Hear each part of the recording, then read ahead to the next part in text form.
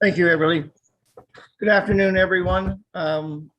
Today we're meeting as the Committee of Adjustment. We have numerous applications for both severance and minor variance to deal with today. I should like to call the meeting to order. I've got 2:04. Is that a correct time on someone's computer?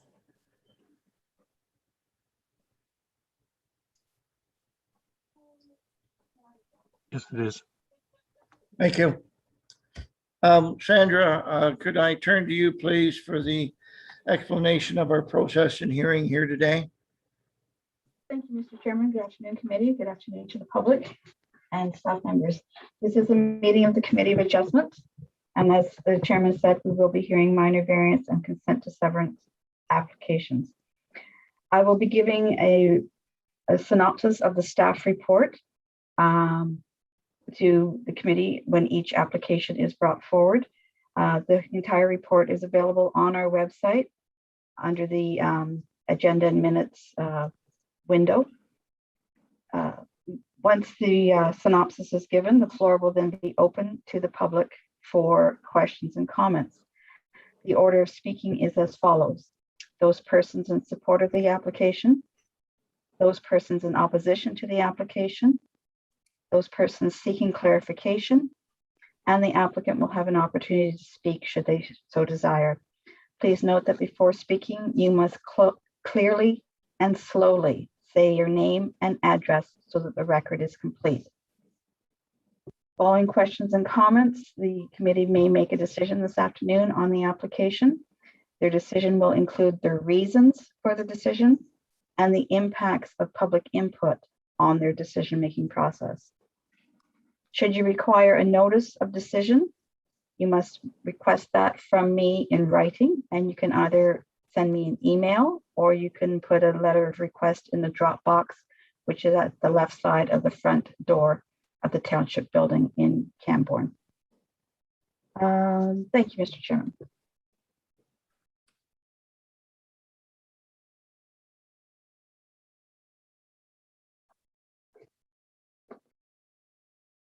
Mr. Chairman, you're muted.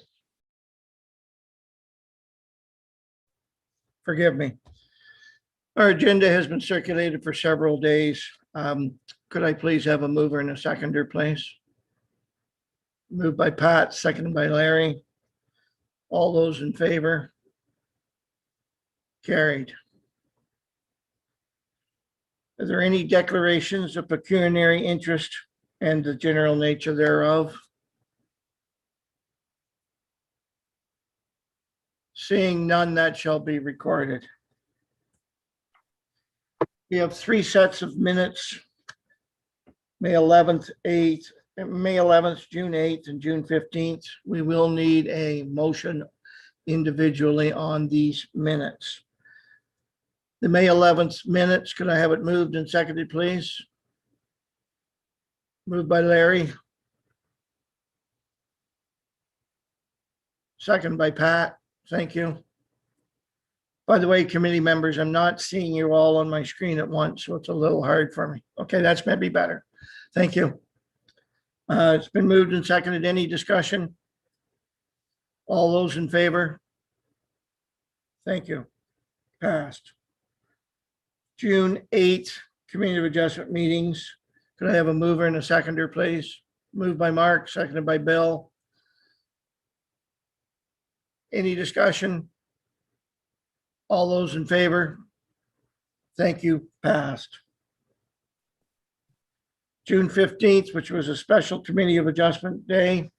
Can I have a mover and a seconder for those minutes, please? Moved by Larry, seconded by Pat. Any discussion? All those in favor? Passed. Thank you. Sandra, we have an opportunity here to move on with minor variance application A6-21. And I believe that is on Rice Lake Scenic Drive. If you would work us through that application, please. Thank you, Mr. Chairman. This is application A0621 from the Benais, as you said, 5538 Rice Lake Scenic Drive, Unit 220. It's recommended that Committee of Adjustment and acts as follows: that the committee receive the application report, that the members of the public be heard as requested, and that the minor variance request be adopted as it appears to be in keeping with good planning principles. This is in part Lot 11, Concession 9. The notice of public meeting was circulated on June 25, 2021, and the signs were posted on the property on June 27, 2021, in accordance with the regulations of the Planning Act. This application is seeking relief from the following sections of the limited service residential zone and the general provisions of the township zoning bylaw to permit the construction of a new single detached dwelling with attached garage, replacing the existing cottage and the detached garage. From section 10(3)(a)(3) to permit a lot coverage of 30%, being 3,064 square feet, or a maximum of 20%, 2,112 square feet is permitted. From section 10(3)(b)(2) to permit a reduced rear setback for the attached garage forming part of the principal building of 1.98 meters, 6.49 feet, where a minimum of 10 meters, 32.8 feet is required. From section 10(3)(b)(3) to permit a reduced side setback for the principal building of 1.83 meters, 6 feet, where a minimum of 3 meters, 9.9 feet is required. And from section 5(8)(2) to permit a reduced setback from a permanent water course where 20 meters is required. Firstly, from the corner of the proposed septic bed tank installation of 7.5 meters and to the concrete ditch spillway. Secondly, from the corner of the proposed deck attached to the principal building of 0.92 meters to the concrete ditch spillway. And thirdly, from the corner of the proposed principal building of 1.25 meters to the concrete ditch spillway. There is a table within the report that lists out, charts the variances that are being sought. So the lot coverage is being sought to have a 10% variance. The rear setback, an 8.02 meter variance.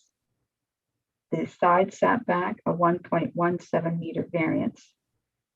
And the setback from the permanent water course, 12.5 meters from the septic bed, 19.08 meters from the deck, and 18.75 meters from the principal building.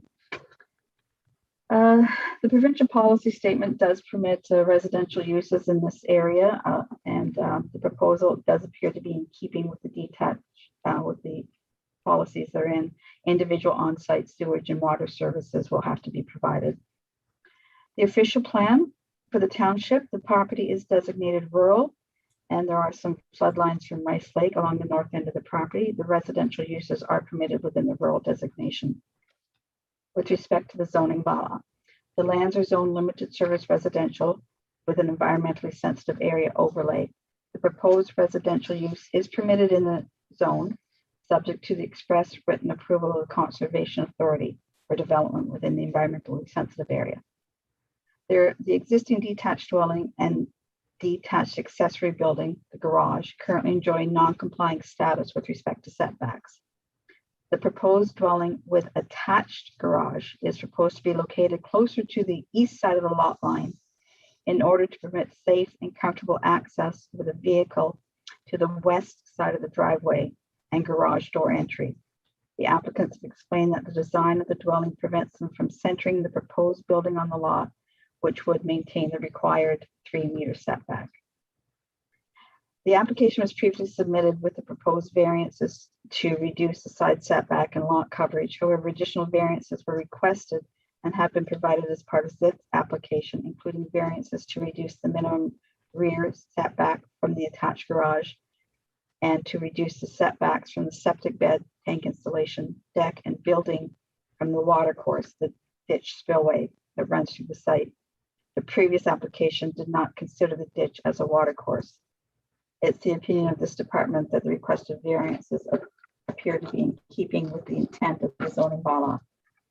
Agency comments received. County of Northumberland. They note that the county official plan designates land rural and that the rebuild of the cottage is permitted. They are concerned with respect to the on-site sewage system, and they note that a new sewage system will be required for the cottage. They cannot continue to use a holding tank. That's just a temporary measure, well, because the existing system failed. Detailed review of the sewage system will be undertaken following the decision of the variance application as part of the building permit process. The proposed 7.5 meter setback from the spillway seems to be sufficient. The county planning department and inspection services have no concern with the proposed variances. The building department has no objection, but do note the following. Demolition permits will be required for both the single family dwelling and detached garage. The site grading and drainage plan will be reviewed by the site plan committee as part of the application process. And the exposed building face area of unprotected openings on the east side will be reviewed as part of the building permit application process. Township Public Works had no additional comments, and the Conservation Authority, acting as the commenting responsibilities on development subject to riverine and lake flooding and erosion. Rice Lake has an associated floodplain, and it appears development will be adequately set back and addressed in this instance. Conservation Authority staff note that section 5822 requires a minimum setback from a permanent water course of 20 meters. The water course identified is a feature that generally follows the eastern property line of the subject property. As per GRCA's policies for the implementation of Ontario Regulation 16806, the water course is defined as an identifiable depression in the ground in which a flow of water regularly or continuously occurs. GRCA previously identified the feature as a water course in 2006. However, based on current information and policies, GRCA staff have considered that due to the nature and characteristics of the feature, staff have concluded this feature would not be considered a water course. It is further noted that the feature is piped or in an open concrete channel located north of the access way. Therefore, this drainage feature would not be considered to be a regulated feature by the authority. As such, the authority is satisfied with the setbacks as proposed. Based on this, conservation have no objection to the approval of the variance application. Public comments received prior to the authoring of the report from James and Heather Dory. Initially, in our April 8, 2021 letter, we were very concerned with the proximity of the house to the deeded access for various reasons and how in the future this could potentially pose a problem. Batas has, I'm sorry, I don't know if I said that correctly, has reassured us that there will be enough room for parking and plenty of room for anyone accessing the road to safely get by, and we need not worry. Our initial concern has been addressed. We would like to withdraw our original letter. The proposal does appear to be in keeping with a number of the pillars of the township strategic plan. And in conclusion, upon review of the application in relation to the provincial policy statement, the township official plan and zoning bylaw, and the comments received from outside commenting agencies, it's the opinion of this department that minor variance A0621 generally meets the intent of all planning documents. Committee of Adjustment must satisfy itself that the 4 tests of a minor variance are met prior to granting relief for each of the 6 items noted. Is the relief minor in nature? Does the relief satisfy the general intent and purpose of the official zoning bylaw? Does it satisfy the general intent and purpose of the official plan? And is it desirable and appropriate development for the use of the land? Since authoring the report, additional letters from the public have been received, and I'd like to read this now. From Mike and Peggy Ramsey, 5538 Rice Lake Scenic Drive, Unit 270. We are happy for you with your new house built beside us. Our little community at 5538 Rice Lake Scenic Drive is beautiful. We are looking forward to you building the house and garage of your dreams, and will suit the other homes already built there. From Charlie and Tina Quattrone, 5538 Rice Lake Scenic Drive, Unit 200. We would like to express our full support to our neighbors, Anna and Atsa Benai. We are aware that they intend to build their cottage, and we couldn't be happier for them. We look forward to seeing the new cottage. Good luck. From Mike and Karen Nakarato, 5538 Rice Lake Scenic Drive, Unit 230. We are so thrilled to learn that you intend to build such a lovely new home. We have no objections and welcome the endeavor. This project will make the street more aesthetically pleasing. As such, it will further increase the value of the surrounding homes on our street, as well as the overall community.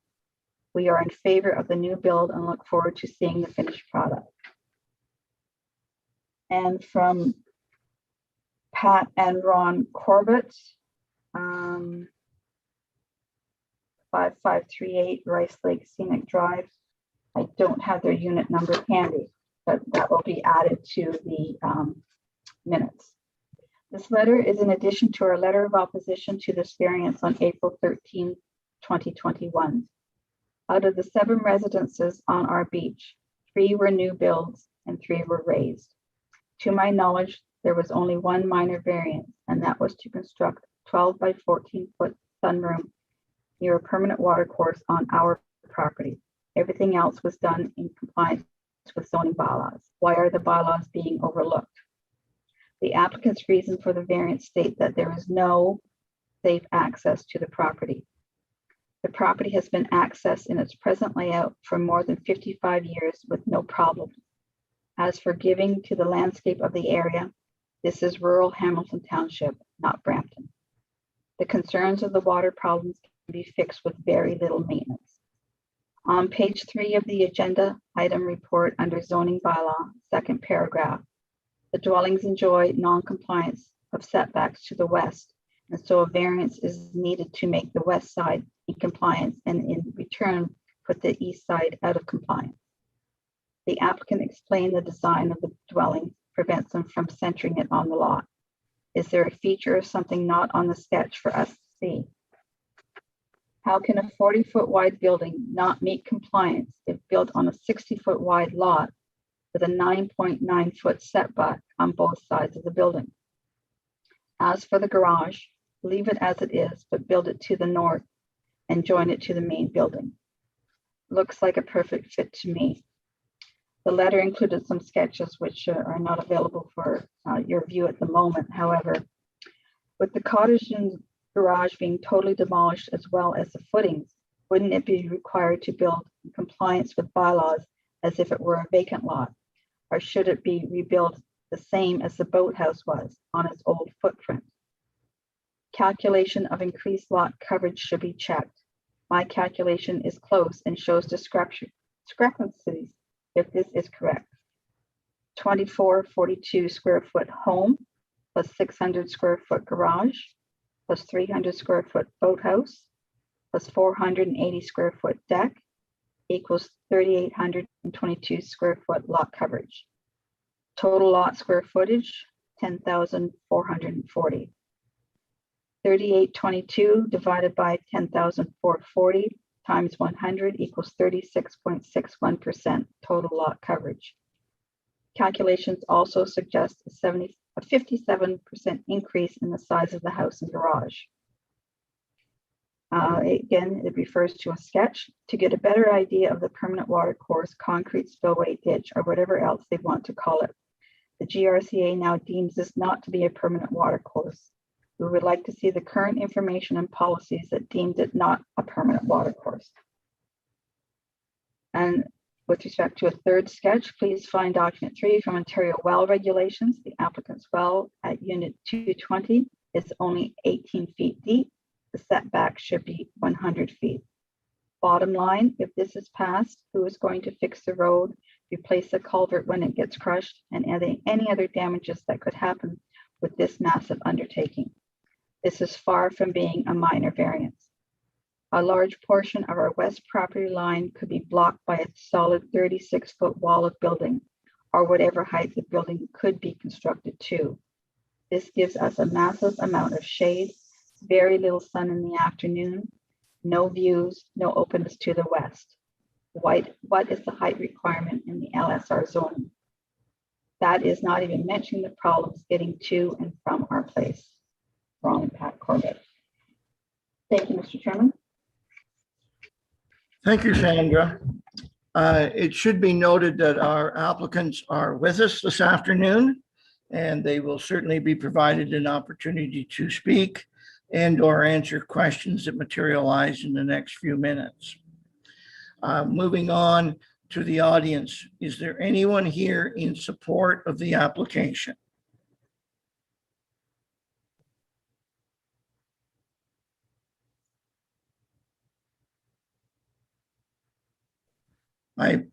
I believe there's a gentleman, Derek Mercer, who wishes to speak on this application.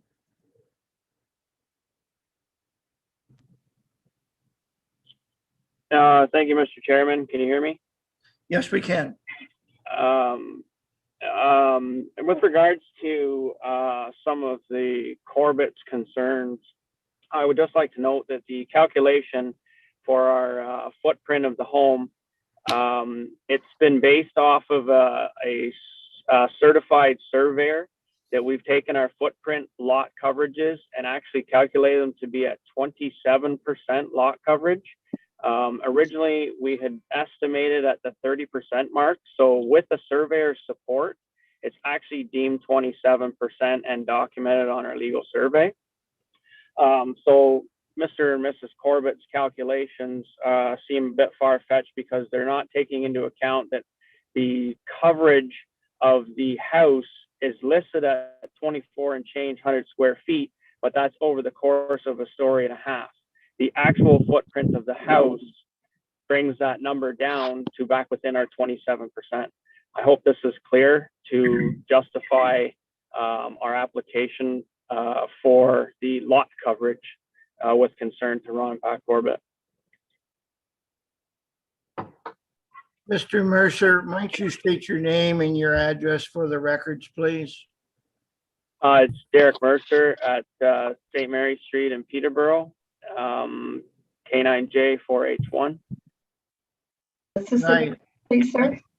I gather that you are the builder of the project. Yes, that's Thank correct, you. sir. Mr. Mercer, could you give me your civic address, please? The civic address is 719 St. Mary Street, Thank you. Peterborough, Ontario. Great, thank you.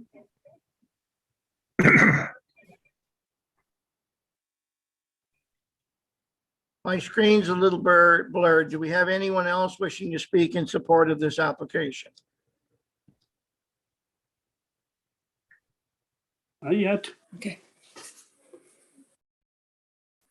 What happened? That's support, in support. Not in support. You muted it. Do we have any additional people in support of this application that wishes to speak?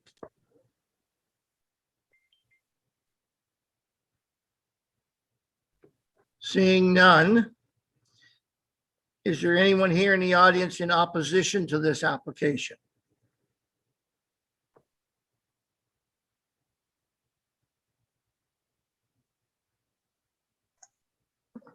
Mr. Chairman, we have, it's Emily Cartledge here. We have Patricia and Pat Corbett in the gallery with wishing to speak. Please proceed. Yeah, council. I don't know where to start. Eric Mercer walked off our job without completing it. He did our work. It's too bad. He does great work. It was fantastic. but it was overcharged. And like I say, he walked off without completing the contract. So I guess he's a little biased. We certainly need to stay on focus of the minor variance application in Okay. front of us today, Mr. Corbett. Okay, so item 5.10.1. Building may be enlarged, but it cannot be so if it serves to further reduce a required yard. 5.10.1. The 5.10.14.1. And of course, in there it says the word shall means mandatory. It says openness and unobstructed shall be.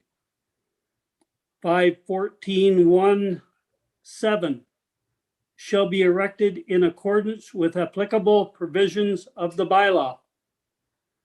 Section 5.25 accessory building, point 1, shall not exceed 5% of lot area. Now, I don't know where, maybe my calculations are wrong there, but I look at 8% maybe. And it says 5%. 5.25.3 shall not exceed 50% of gross floor area of the principal building. You'll have to check calculations, but I think it's over 50%. 5.25.4 shall be complied with front, rear, and side yards. 5.25.5 no person shall habitat a accessory building. That was the boathouse, but that's dealt with, I guess. 5.25.6 accessory buildings shall not be built closer to any lot line required by the bylaw. Then we go 5.31. If side yard is reduced, the front yard must be increased. And the environmentally ESA overlay on that, it's the 28.31 regulations shall apply for all. And it says 28.4, all section 5 shall apply, which is all that 5 sections. So I consider this not a minor variance. And that's all I've got to say about it right now. I have no objection to them building, but why are they encroaching? That's what I'd like to know. Thank you. Thank you, Mr. Corbett. Is there anyone here in the audience in opposition to the application?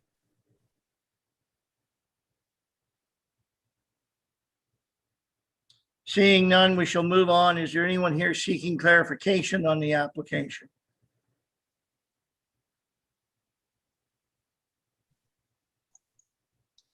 Mr. Chairman, we have a hand raised in the gallery. I'm sorry, I don't see it. Whoever that is, please proceed. Sorry, this computer isn't working right. We opposed. We had our hand up, but we didn't hit the button. The button disappeared. Sorry about that. We can't even get a video on here. Okay, Hello? thank you, Mr. Corbett. We've heard you speak, and we understand that you have a technical glitch and don't wish to speak any further.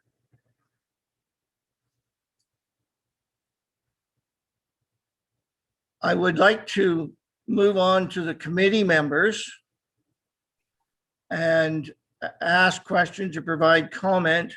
Then we'll be coming back to the applicant to provide an opportunity to speak on all aspects of this. Again, some difficulty with my own computer here, so I'm just going to go through a process here and hopefully stay reasonably close. Committee member Larry Williamson, do you have any questions or comments? Yes, I do. First, I would agree with Mr. Corbett that is not minor in nature. I think, when I looked at the property, I think the other members or residents who have written letters of support aren't going to be as impacted as Mr. Corbett's going to be impacted in terms of closeness to the other properties. There's enough coverage on his property of the new property, or the property we're talking about. It's pretty close to Mr. Corbett's, and it seems to be, it's going to jam that whole property when you put it all together. So that's my only comment, is that I just think it's an extremely large piece of building on a small piece of real estate. And I think the one that's going to be most impacted from the final construction will be Mr. Corbett. And I also am concerned somewhat about the construction phase, how much disruption that's going to cause Mr. Corbett. But those are my only comments. Thank you. Thank you. Moving along, Bill, comments or questions? If I could hit that mute button. Thank you, Scott. Yeah, well, comments, first of all, there are many large houses in the area. And the house that's being projected, it isn't going to be any larger than many of the houses on the street. But whenever we put, larger houses on small lots, there's I always beg drain. your pardon, Mr. Chairman, Member Kane, I heard the word thank you and then everything froze up, so I don't have any information of what you've said. For the purpose of taking minutes, Bill, could you start over, please?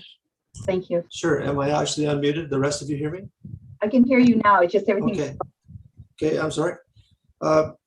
Yeah, I was just saying that, in touring the area, there are many large houses there. So the house that's being projected is, it's going to be like many of the others in the neighborhood. But I have concerns when you put that many large houses on that many small lots. There's always going to be a drainage issue. So if this goes forward, our CBO is going to have to be really on top of, the bill to make sure that there aren't additional drainage problems created. I also have an issue with sewage.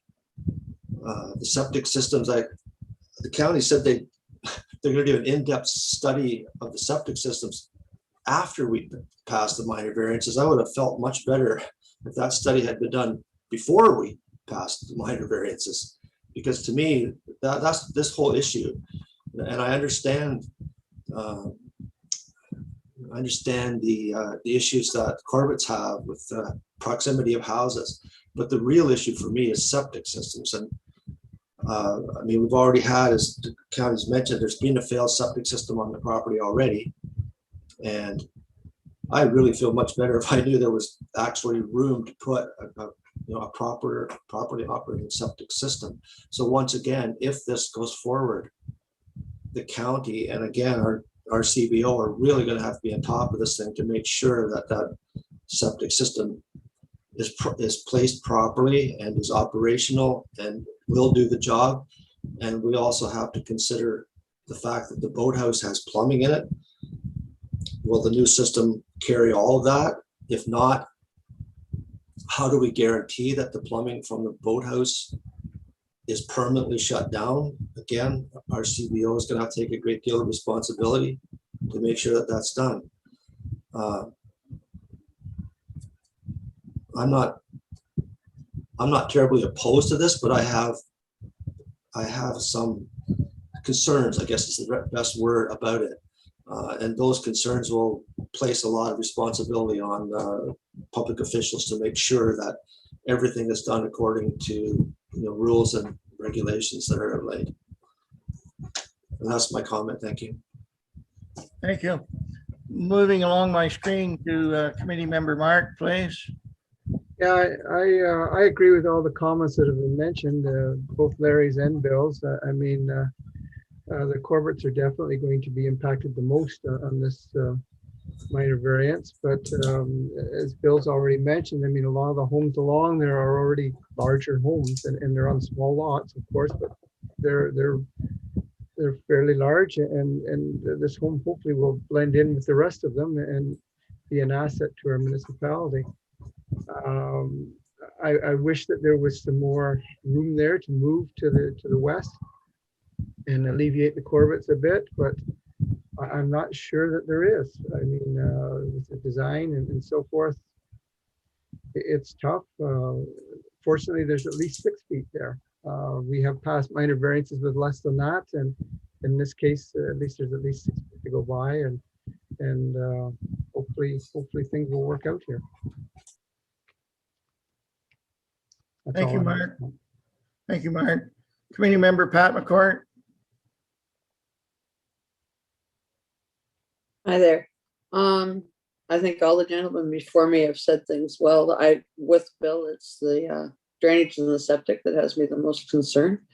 I do have one small question to Sandra, and that is when they talked about the permanent water course in Ganaraska said, if I'm understanding it correctly, the spillway doesn't count. The setbacks that we have that talk about the water course setbacks, they're talking about that same spillway, correct? Yes. Okay, I just wanted to make sure that there wasn't another water thing that I was missing completely. No. If I may, the requested variances included variances to the spillway because of the historical recognition of that as a permanent water course. We wanted to be sure everything was put forward to the committee and to public for appropriate review. When the Conservation Authority did submit their comments, they acknowledged that their policies and criteria have changed since 2006, and therefore they no longer consider the spillway a permanent water course as a regulated feature for them. So in fact, it would appear that those variances to the spillway are not required. So that was the way I understood it, and most of my concerns were with the variance for those ones originally. So I'm not having a problem with this, with the understanding that there will be site plan and that both the CBO and the county septic system will be involved.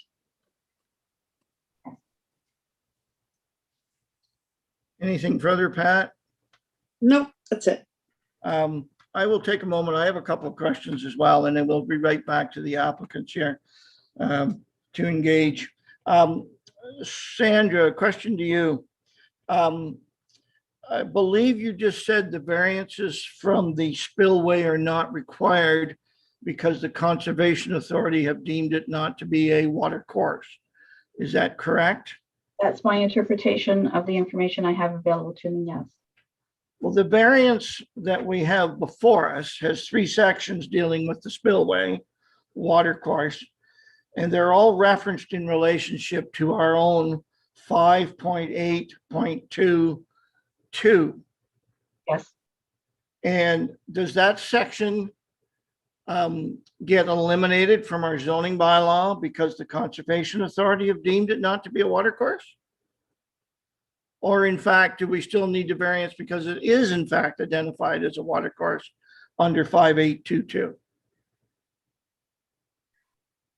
The township zoning bylaw, I don't believe has the definition of a water course, and we do refer and rely on the Conservation Authority for such a classification.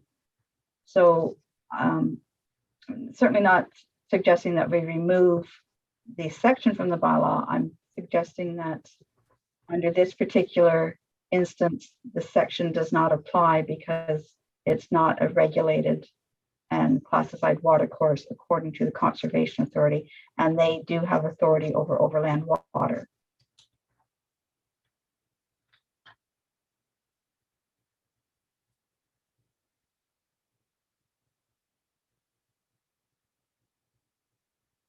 I see that. Well, I have 5822 in front of me, Yes.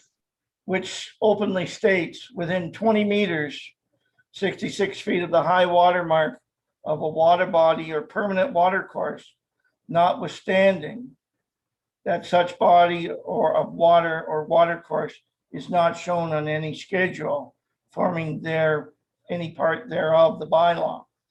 So and so are you saying that we don't have a definition of water course? Let me just pull my bylaw, I beg your pardon. And I can read it. Water course shall mean any surface stream or river that includes a natural or man-made channel for intermittent stream and a municipal drain is defined under the Drainage Act.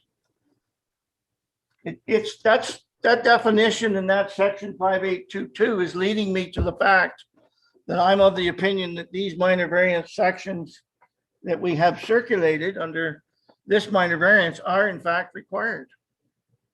I agree with your interpretation, Mr. Chairman, now that I reread the definition, because it is man-made. It's a man-made channel as per our the definition in the zoning bylaw. The variances are required. So the variants have been made known to the public and to committee. So I do retract my statement that the variances are not required. They are, and the committee would make the decision on each aspect as it is put forward to them. Thank you, Sandra. I have in front of me a hard copy, which I'm sure the committee members don't, but it's a chart that has been created by staff, and it deals out with the first section of the variance request, and that's dealing with the residential unit size. And in general numbers, not specific, not calculated by me, but in general numbers, the lot would allow for a 2,000 square foot residential unit, and the proposal is substantially more than that. We've heard today from the builder, it's possibly in the 2,700 square foot range, or the information we have in front of us on the circulated variance is that it's 3,000 square feet. So there's approximately 1/3 more house there than what the property would normally allow without the variance.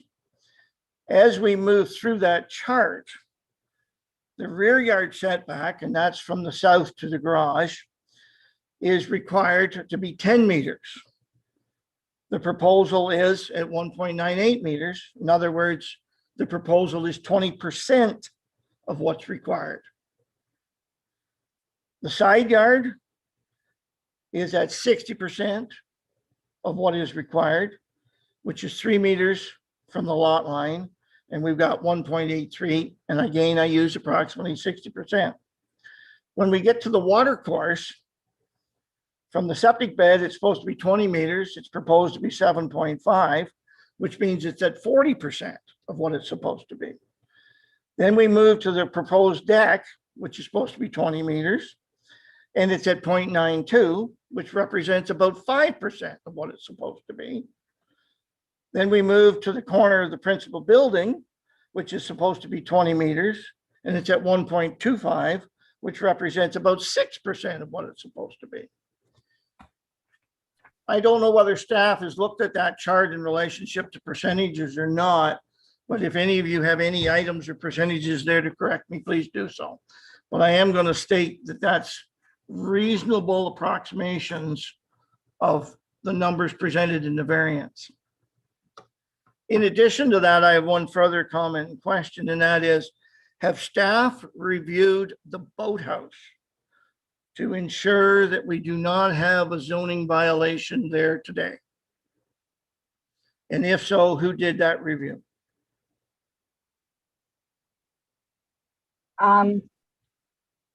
I did not process this particular application, so I cannot speak to whether or not the boathouse was included. I would like to make the presumption that it was for the total lot coverage.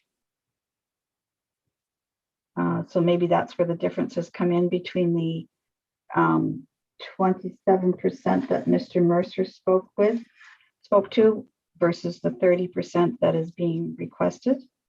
Sandra, I'm actually speaking of the plumbing that was identified in a previous meeting when this application was before the Committee of Adjustment. Do we have knowledge that that has been removed from the boathouse?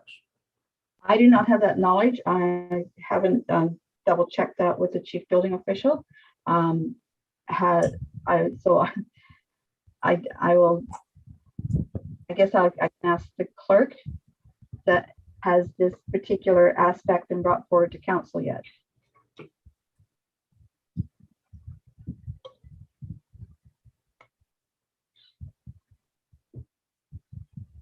Chairman Jib, Yes, Kate Swears, Municipal Clerk.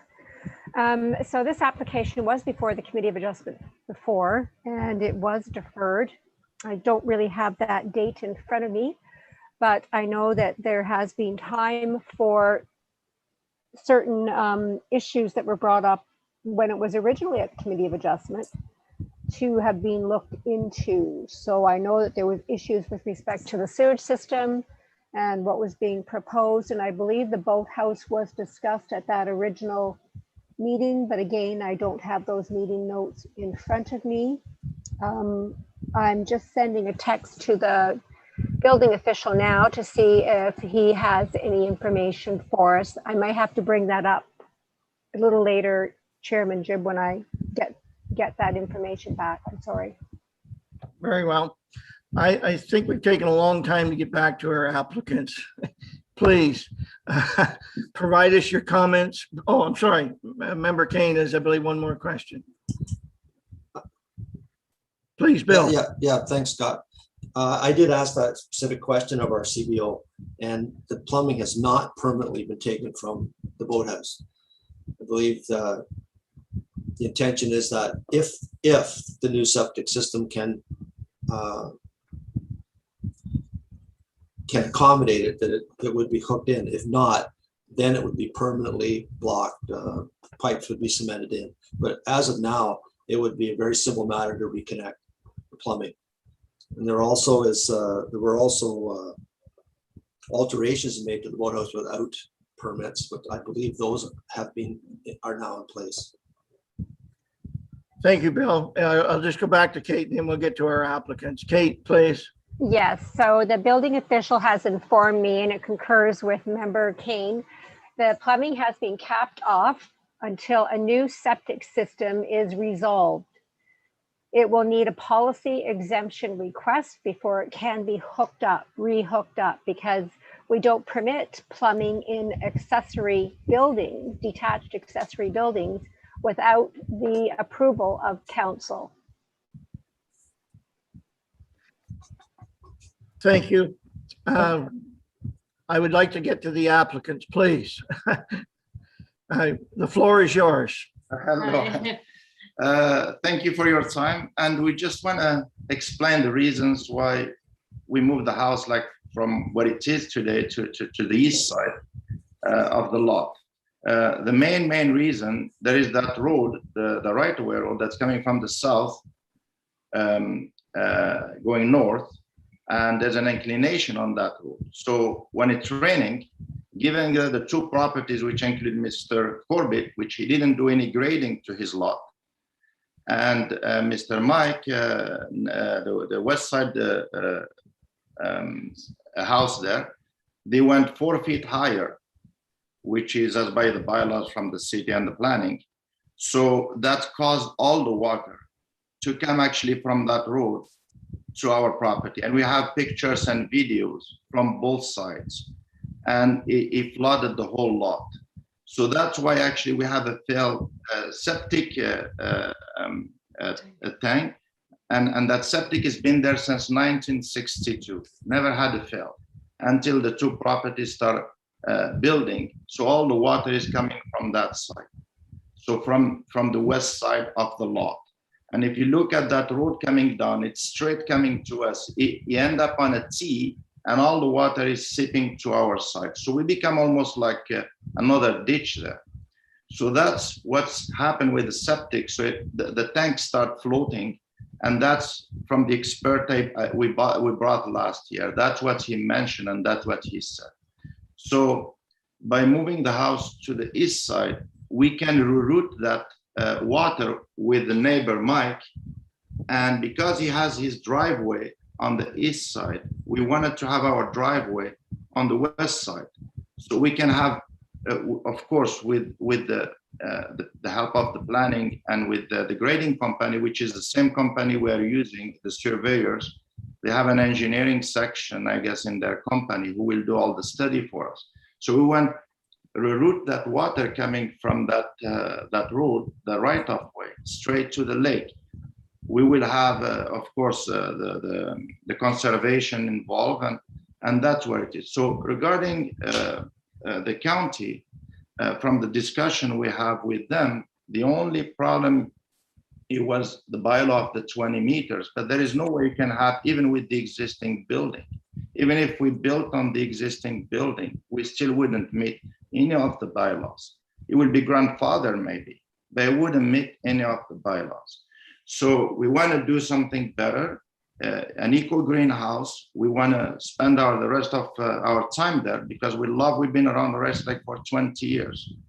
So as you can see in the planning we send, the master bedroom is on the main floor. So we want to be there. We want to retire there. So we want to do something solid, something good. And the septic, we discussed it. So the only thing that's just the clarification is between a standard septic system versus a tertiary system. That's the only discussion they want to have. He has no problem with the 7.9 distance meter, I mean, from the water, the spillway. So that's what it is. And now if you look at the actual footprint there, it looks big, even though 26 feet goes to the garage, but the house is 40 by 40. So we wanted to have a full plan on the bottom, like on the main floor, and less than half on the second floor. So if we are restricted to put it like, we want to have like a cottage feel, if we compress it, we could do that, but we will have to have a full floor upstairs. And if we do that, I mean, the square footage will be higher.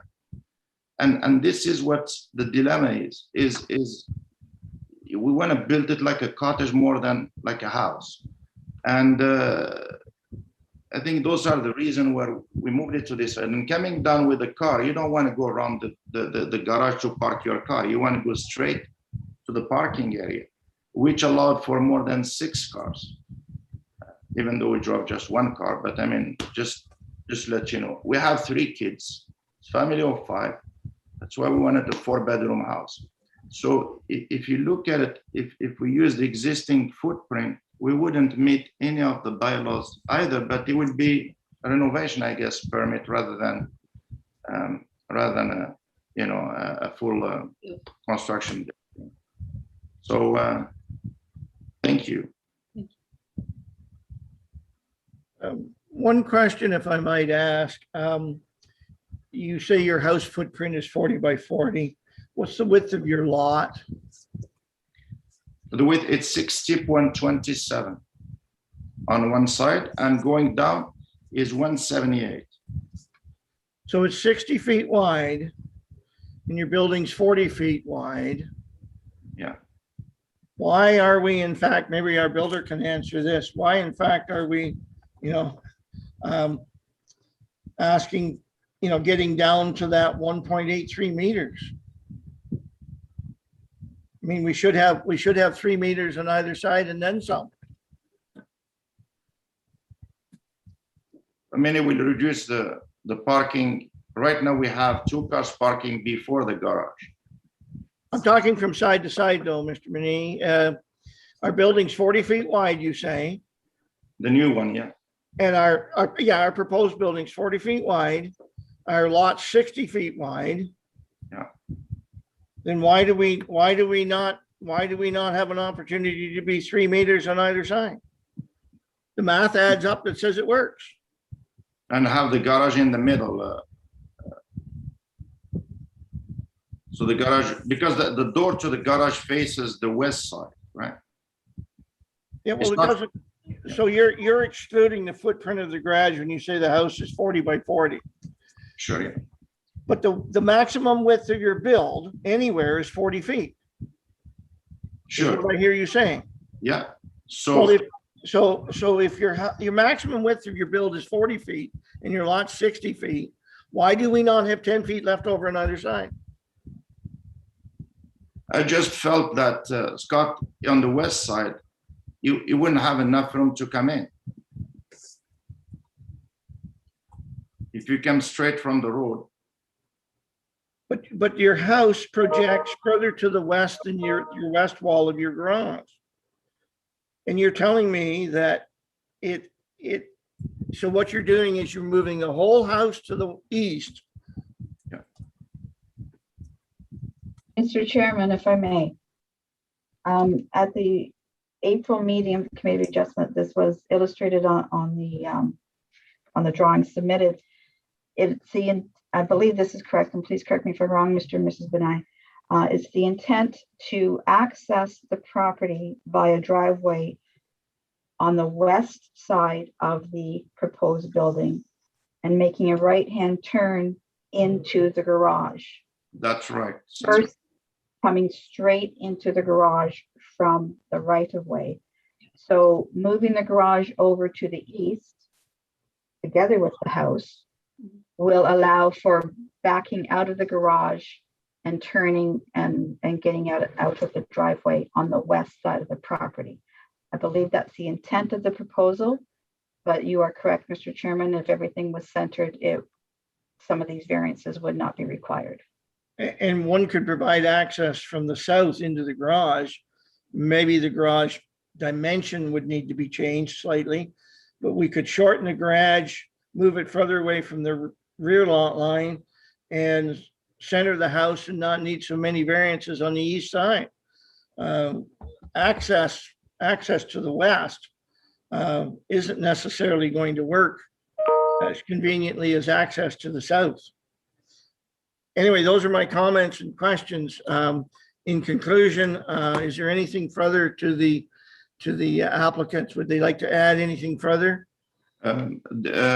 Scott, if you don't mind, there is the builder, I think, is raising his hand. If you don't mind, if let him explain maybe Yes, it looks like Derek is raising his hand. I think he wants to add. Yeah. Okay, if he is on topic, not introducing new information or clarifying, it's okay. Please proceed. Thank you. Thank you. Mr. Chairman, can you hear me? Yes, we can. My hand raised was with address to the why can the building not be centered in the lot? With the design that we have, trying to keep the cottage feel, the elevation view that would be the south view of the cottage on the garage, it has like a step out for a double gable feature, so we can really keep like a timber style frame on the end of that for that cottagey feel from the road site. And accessing the garage that faces the west, my designer had informed us that you need approximately 28 to 30 feet to make the right-hand turn safely into said proposed garage. So moving over that additional 4 feet, it could probably be a right-hand turn in a smaller vehicle, but would definitely pose for like a mid-size SUV a lot more difficulty to safely get into the 2 parking spaces inside the garage. And if there was guests on a weekend or such, be able to provide additional parking space in the unoccupied west driveway in that 90-degree turn, because there would be 2 vehicles positioned in the garage.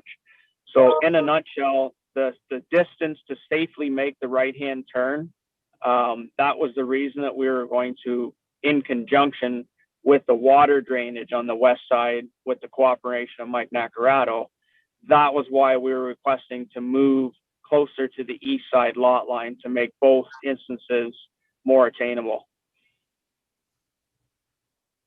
What I really just heard you say, Derek, was your design person has taken aesthetics over zoning regulations.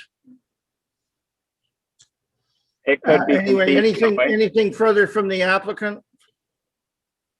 No, we're good. Thank you. Thank you. I'll go back to committee members. Any follow-up questions? Larry, please. I refer back to Member Kane's comment about, there's other big houses on that street. Those houses to the east or to the west of the site seem to fit well onto the property. They seem to be larger larger lots. I don't know if I'm wrong on that, but it just seems to me that we're cramming this house into a very small lot, and aesthetically it wouldn't look that great, and it just crammed that whole property. And I still have a problem with the water course as everybody else does, but I also have trouble with that parking issue by having to try to get in that garage. But that's all my comment is. Thank you, Mr. Chairman. Any further questions or comments from committee members? Seeing none, it would be appropriate for a motion at this point in time.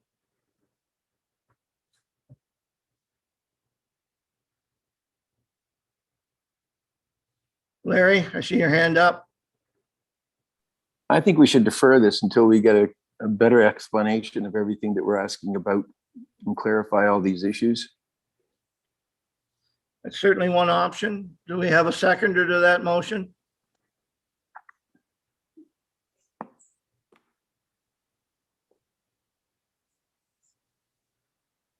Do we have a seconder to that motion? Bill, are you seconding?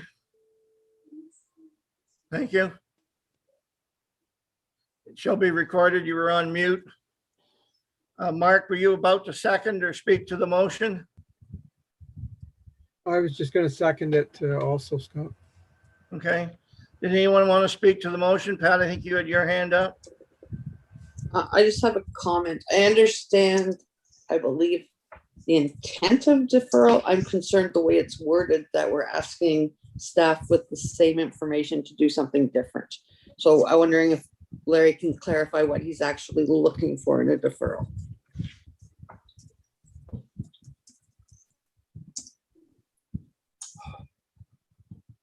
Larry, you're on mute. There's a lot of questions that we brought up during the discussion, and I don't think we got correct answers to them all. And I just think it's not consistent with the character of the neighborhood and the surrounding properties. And it does not meet the 4 tests of the minor variance.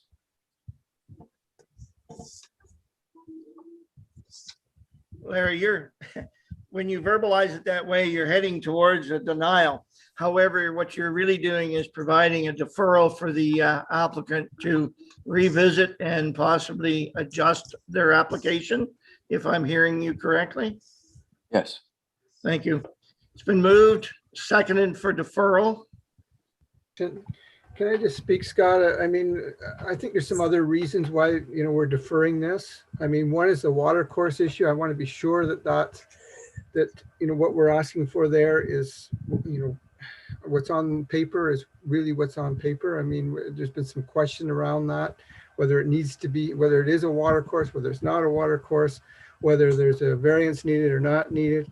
I also think that I'd really like the applicant to look at that garage and how they get into that garage. I mean, if we can move that house, that 4 or 5 feet to the west, that would solve a lot for me, and that would get rid of a lot of these variances. And perhaps they have to look at, I'd really like them to look at maybe entering that garage from the south rather than from the west, just as an option anyway. And I mean, it's up to them and it's their application, but I'd really like them to look at that. I think that would solve a lot of the issues out there that I'm hearing. And, I think that's another point I'd really like to look at. And the last thing is I want to be sure the septic's going to fit. I mean, I think there's been talk there, if we have to move it to the west, will that septic still fit? And will it, last thing we want to do is have this house go up and have issues with water, sewage water getting into the lake. So, I mean, that would be another issue. And the final one for me is the boathouse. I mean, I want to see whether it's going to be connected or not connected at the same time. So, I mean, those are some reasons for me to defer this at this point. I don't know if any other committee members have reasons, but those I'd really like them looked at. Thank you, Mark. Thank you. Pat, please. I would appreciate, Mr. Benai said that the company that he had been dealing with had an engineer who had looked at the septic, or not the septic, sorry, the drainage. If it's possible to get something in writing saying that their suggestion is this because, that would make a lot of difference for me. And Pat, you would suggest that to be submitted to staff for consideration? Yes, to come with when the report comes back forward. Thank you. Anything further from committee members, Bill? Is there any way we can get more information from the county with regards to that septic bed? Before the next, like they have a month, I don't know. If we can ask them to continue on with their study so we have a better idea. We can certainly make that a suggestion. I've always had the concern on this application that we may be dealing with an application that may never be able to be used because of the county requirements. So we would like to engage conversation there. Mark, anything else? I just have another, I don't want this to wait till September if we can avoid it. I mean, these people have been put off 2 meetings now. I mean, if we have to call a special meeting in August, I would hope, Mr. Chair, that you would do that for them. We can take that into consideration. Pat? I actually agree with Mark in terms of that. This has been going on for quite a while. And in terms of the septic, if I'm reading the report correctly, the county isn't saying that it's not going to fit a septic. It's saying that it may require a more expensive system than you would typically use. So to me, the septic itself falls on Mr. Benai, that knowing that he's going to possibly have to pay for a more expensive system. Does anybody know if I'm misreading the report? I will just comment, Pat, as you move away from a conventional filter bed or trench bed system into tertiary, you will be spending more money. Does that answer your question? And that's a decision of the applicants, not us as the committee. It's been moved and been seconded. We must move on, I think, at this point in time. Been moved and seconded for deferral. All those in favor of the motion? Carried.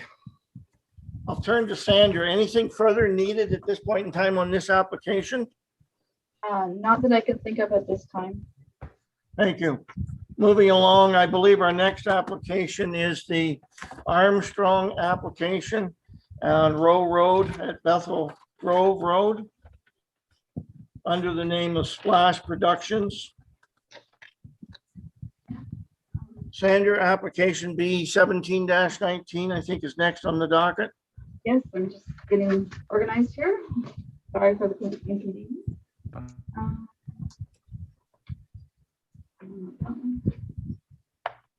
Yes, B 1719 Splash Productions Limited. The owners are the Armstrongs, and I believe Mr. Bob Clark is the acknowledged and appointed agent for the applicant. This is 2517 Row Road at Bethel Grove Road. Recommend committee enacts as follows. They received consent application report, that the members of the public be heard as requested, and that the consent to sever requested be provisionally granted as it appears to be in with good planning principles. The notice of public meeting was circulated to the neighboring property owners on June 23, 2021, and the signs were posted on the property on June 25, 2021, in accordance with the Planning Act. It must be noted that this is a return of an application from December 10, 2019, wherein all members of the committee attended. The decision was deferred for an opportunity to answer questions regarding the status of Row Road.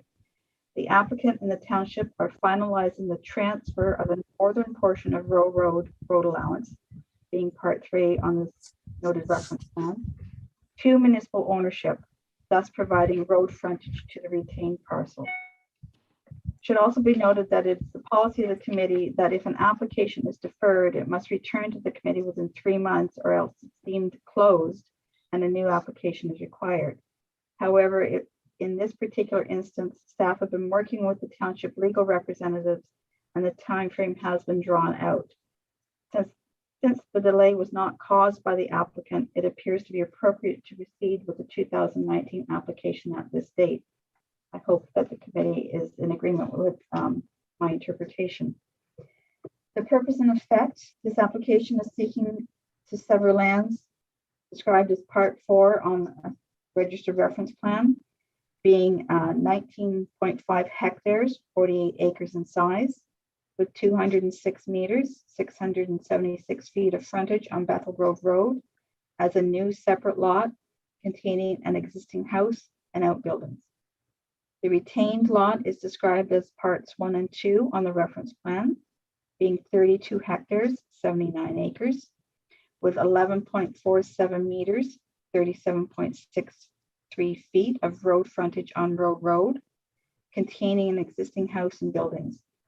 The lands are also the subject of an application of Planning Act for minor variance recognizing the reduced frontage on Road Road. Through the whole process, the owner will be transferring Part 3 on the reference plan to the township to be assumed and named by bylaw as a municipal road. Provincial policy statement does support the severance of these parcels. No new development is proposed in the application, and individual on-site sewage and water services are already provided. There'll be no additional impact to the area to sever these lots. Although the provincial policy statement in section 2, 3, 4 does strongly discourage severances in prime agricultural areas, because these are it's one lot and there are two separate farming operations already occurring. Therefore, it would appear that the proposal is in keeping with the intent of the provincial policy statement. With respect to the official plan, the property is currently designated as agricultural and permitted uses include growing of crops and raising of livestock. Secondary uses such as home industries and agritourism are also permitted. No new uses are planned as part of this application. Section 11.4 of the official plan regulates lot creation for the property.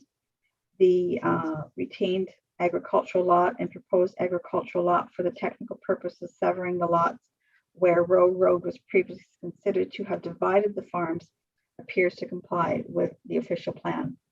The proposal in its entirety appears to be in keeping with the intent of the policies.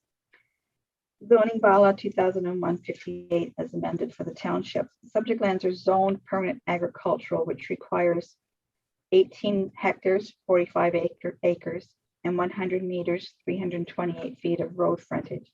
A variance is coming forward later this afternoon, seeking relief from the frontage requirement for the retained parcel, section parts 1 and 2 on the reference plan. The applicant requested the variance as a technical matter, as the township has claimed ownership of Road Road, reducing the frontage of parts 1 and 2 to 11.47 meters. Both the new lot and retained lot comply with all other performance standards for the zone. It's also been realized that the barn on the proposed severed lot currently enjoys a setback from the west lot line of approximately 24 meters. Once the transfer of the 11.47 meter road allowance to the township is complete, the west lot line of the severed lot will be an exterior lot line. The barn will not meet the minimum required setbacks of 20 meters. A surveyor's real property report is required to formally identify the location of the buildings on the severed portion, and then the recognition of any offending provisions will need to be appropriately addressed through a Planning Act application. Parts of the land fall within the environmentally sensitive area. The ES zone requires the applicant demonstrate that no physical hazards exist that would harm life and property prior to issuance of building permits, but no development is anticipated as part of this application. Therefore, it's the opinion of this department proposal is consistent with the intent of the zoning bylaw. Agency comments received from the building department. Their comments are the same as they were in 2019. And although stated on the consent application as an existing use, the building department has no record of occupancy approval for the single family dwelling on the retained parcel. County of Northumberland. In summary, the access and frontage, the requirement for lot severance to have access to a public road appears to have been fulfilled with the road transfer. The proposed variance is to recognize a reduced frontage as a result of the severance. Farm lot size, the two farm lots created would be approximately 19 hectares and 32 hectares. County policies allow severances for lots of about 40 hectares. The proposal appears to meet the intent, the county and provincial policies to protect prime agricultural land by maintaining two viable farm operations on this site.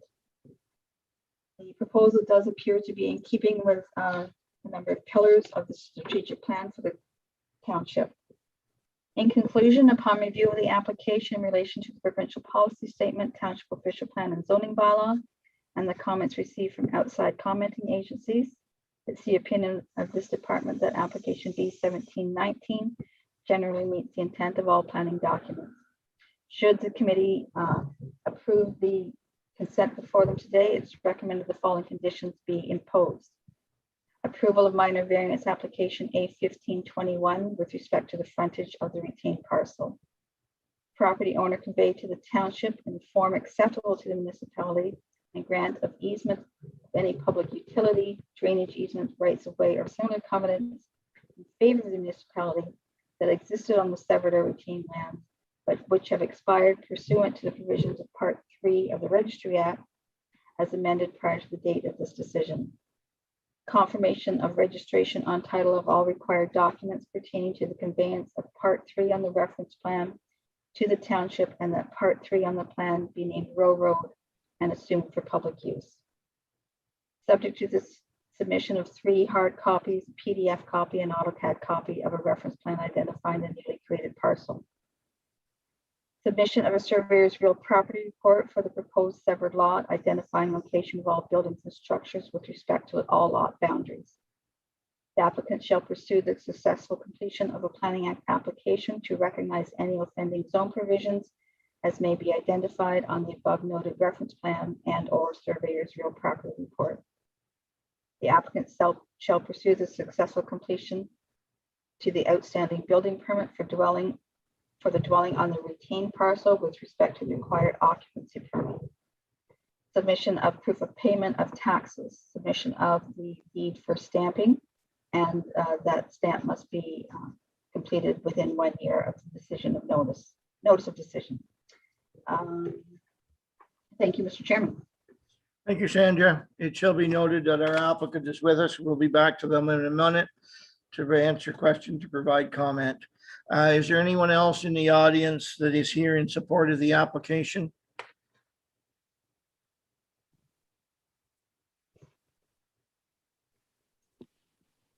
We're here. Just going to invite us. As the applicants will be back to you in a minute, Mr. Armstrong. Is there any others in the audience in support of the application? Mr. Chairman, I see Tyler Davis has his hand up. I'm sorry, I didn't hear who that was, but if you did, please proceed with your comments. Tyler Davis. Tyler Davis? That's right. Okay. That's right. That's me. Thank you. I do support the application. Thank you. For the record, Tyler, could you state your address and civic address, please? It's 3517 Row Road. Thank you. Anything further, Mr. Davis? That's all. Thank you. Is there anyone in here in the audience in opposition to the application?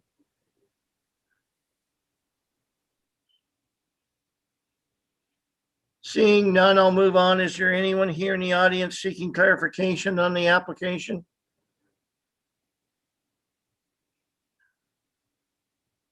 Mr. Chairman, we have a hand raised from Jordan Hogendam. Jordan, I'm sorry, my screen is such I can't see you, but please feel free to go ahead, Jordan. Okay, sorry, I raised my hand back in support. I just wanted to, my name is Jordan Hogendam. I live at 3507 Alberts Alley, and I just wanted to speak in support of this application. Some very inspirational farming operations that what will hopefully be 2 separate properties there. So, thank you, Jordan. Sorry we missed you. No problem. Is there anyone seeking clarification again? I shall turn, Linda, are you the speaker today? I don't know. I guess, well, it's Tony and me here. We're just grateful that we can go ahead with this. This is what we'd like to do, and hopefully everybody will approve. I was just trying to sort of get my head around the conditions. I don't know whether that can be, Well, there was just one point that, can you bring it up, or could we see the conditions no, again? there was just one point that said that we needed to have an occupancy permit for the retained house, which we have. We've had final inspection and occupancy permit on this house for a few years. I'll just, because of some history, I'll just comment on that myself. If you have that documentation, please just share it with the building department. You would then have that requirement as a condition satisfied.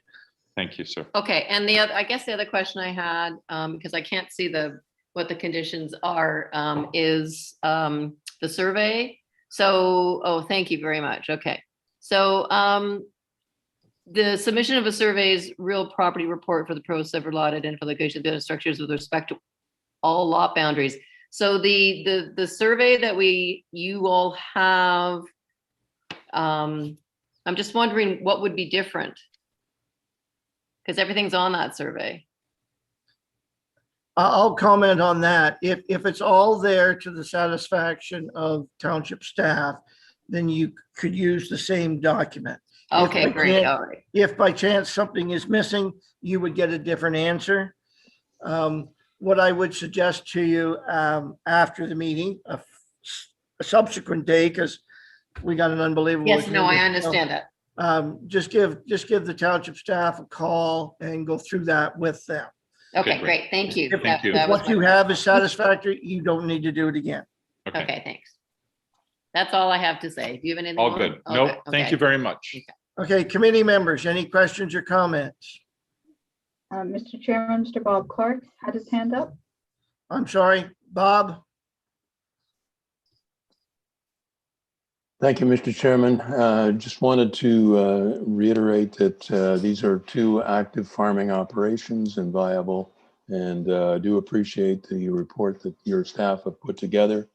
I do acknowledge that we were focused on the frontage and failed to realize that there were two barns which do require variance as well. I know that you have an application for variance, and we will be asking in the when you get to that application that you consider those barns, because they are existing and have functioned as they will continue to function in relation to the road allowance, so that we believe the variances are reasonable and can be approved. Thank you, Bob. I will turn to committee members. Mark, if you would, please. Yeah, I'll put a motion on the floor if you'd like, Mr. Chair, to approve the application as presented. Moved by Mark, seconded by Pat. Any questions or comments to the motion? All those in favor of the motion with the conditions set forth in the staff report? Carried. Mark, reasonings for yours? It meets the four test, and we had public support also on the application. Thank you. Anything to add from the seconder? Nope, that's fine. Is that sufficient, Sandra? Okay, well, the four tests usually just go with a minor variance. And so the impact of public input supported your thinking. Okay. I can work with that. Thank you.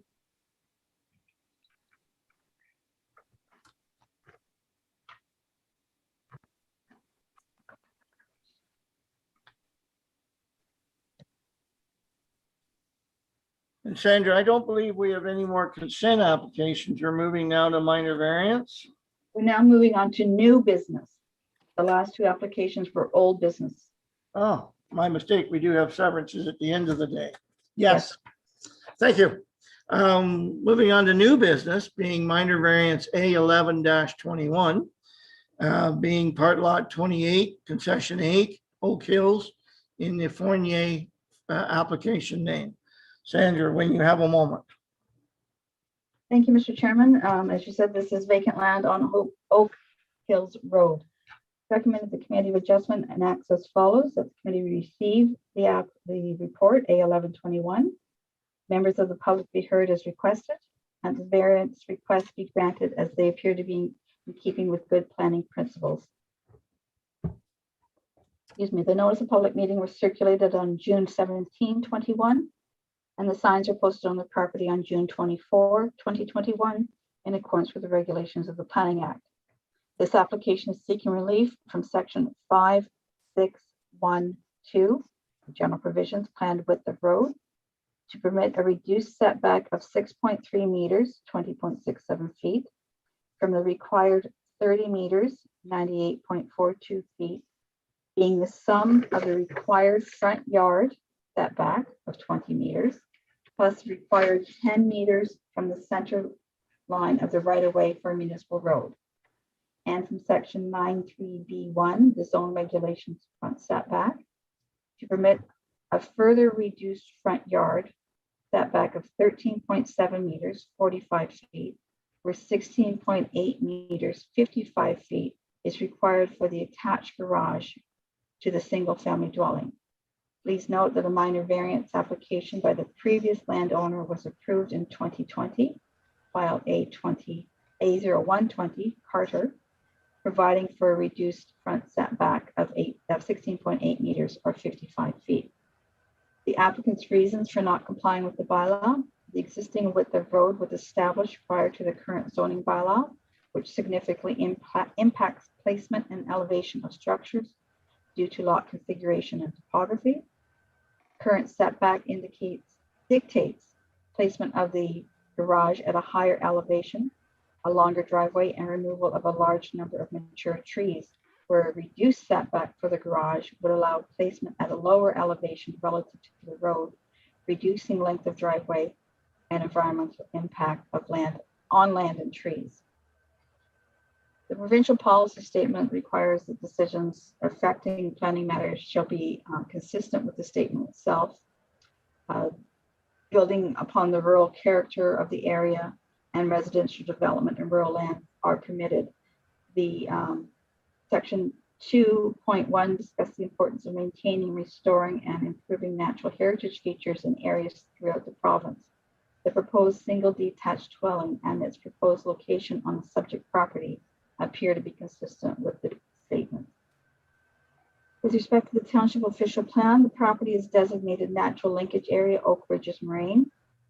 The property is partially designated as a key natural heritage feature significant woodlot. The property is also designated landform conservation area category 1.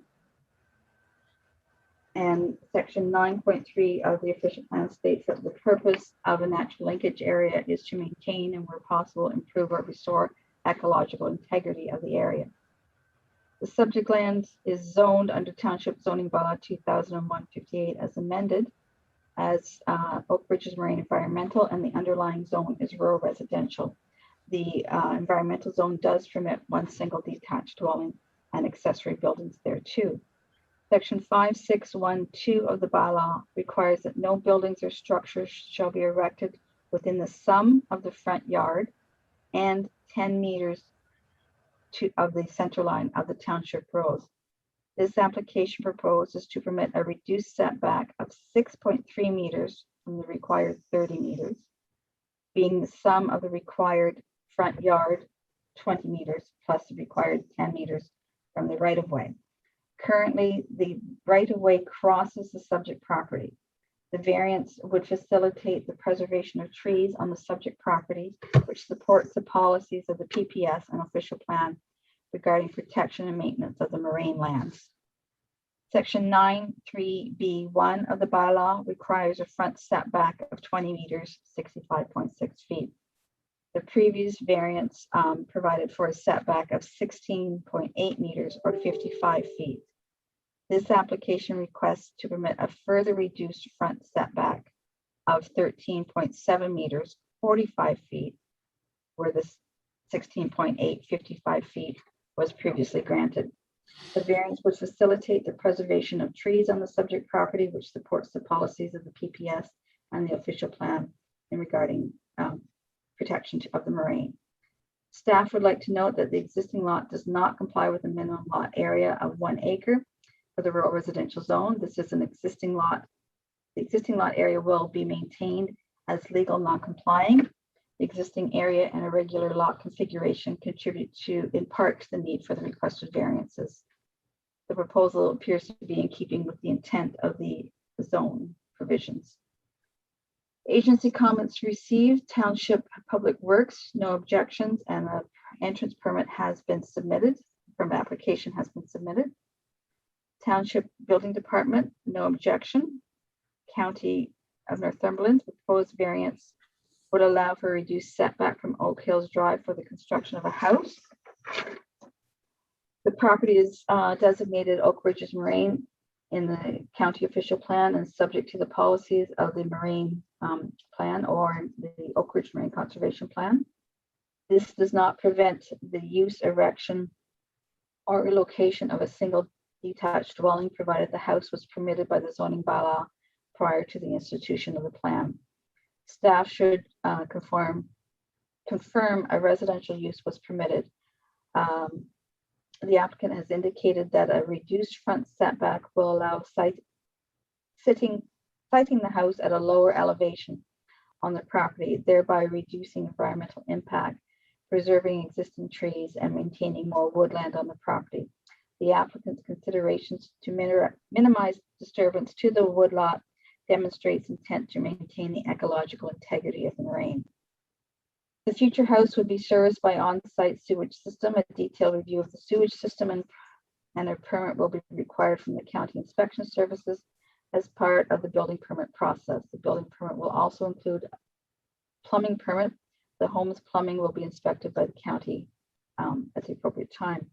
Based on the foregoing, they have no objection to the proposed variances. Conservation Authority, the subject property does not contain any environmental features of interest and is not subject to Ontario Regulation 16806.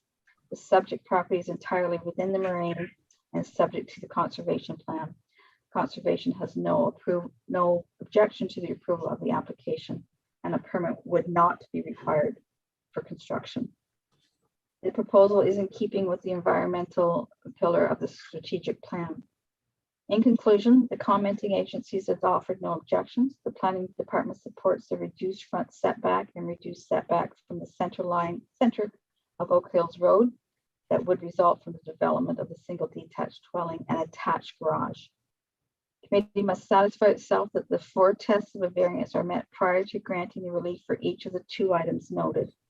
Is relief minor in nature? Does it maintain the general intent and purpose of the zoning bylaw? Does it maintain the general intent and purpose of the official plan? And is it desirable for the appropriate development and use of the land? Thank you, Mr. Chairman. Thank you, Sandra. Chair, if I could, I'm sorry, I made a mistake on that consent application on my comments at the end where I shouldn't have said 4 tests. I had something on my mind and it didn't come out right. I meant supported by all the commenting agencies. So if Sandra could quickly change that, I'd appreciate that. You're speaking of the Armstrong application. That's correct. Yeah, it's a consent application, and that's what I should have said. I'm sorry, it came out wrong. I believe Sandra has or will soon have that under control, and it can be reviewed in the minutes. Thank you. I believe our applicant is with us here today, and we'll be coming back. We'll be coming back to you, Mr. Fournier, in a moment. Thank you. I'll go to the audience. Is there anyone other than the applicant in support of the application with us today?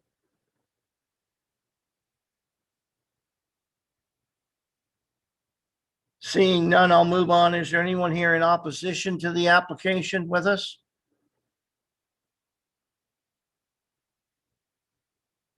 Again, seeing no.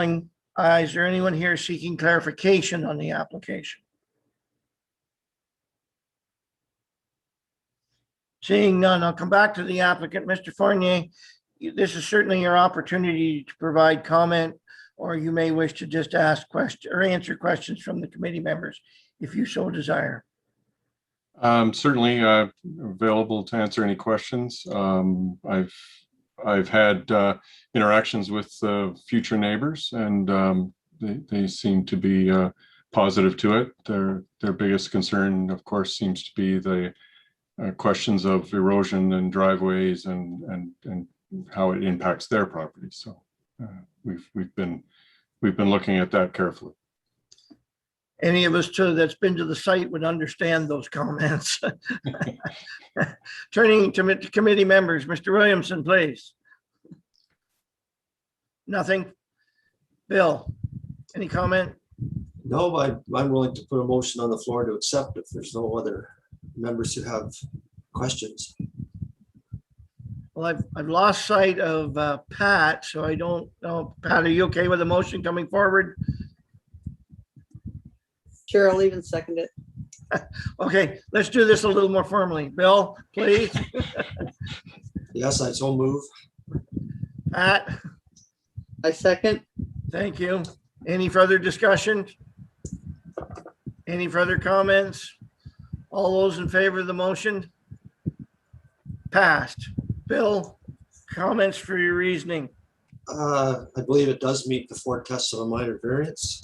The reporting agencies had no objections, and in particular, the applicant's reasons for asking for the minor variance made a lot of sense and are well spoken, so they're fully supported.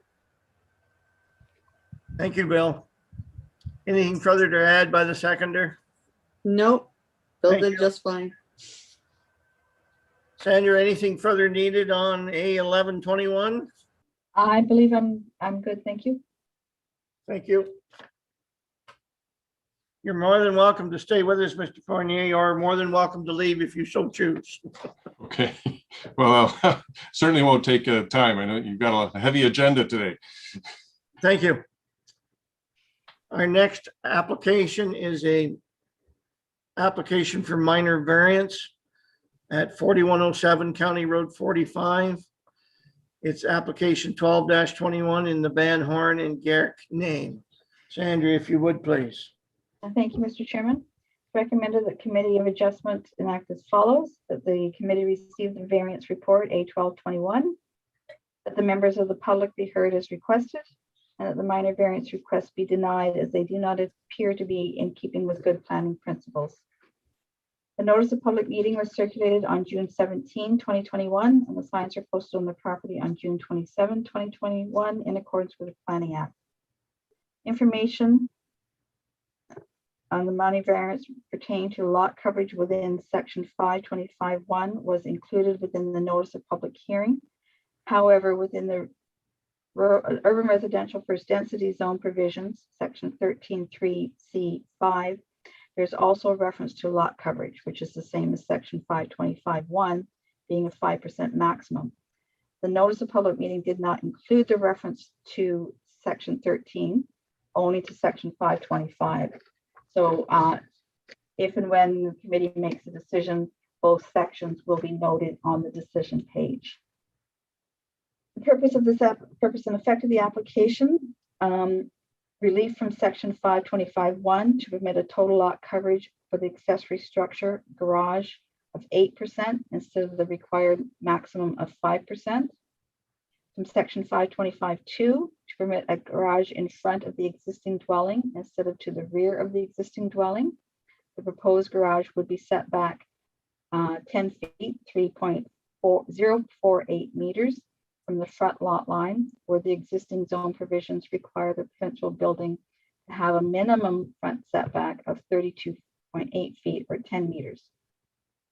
And from section 525(3) to permit a new detached dwelling, accessory dwelling, I beg your pardon, 525(3) to permit a new detached accessory building to be 1,200 square feet, 111 square meters, being 133% of the size of the principal building, or a maximum of 450 square feet, 41.8 square meters, being 50% of the size of the existing principal building is permitted.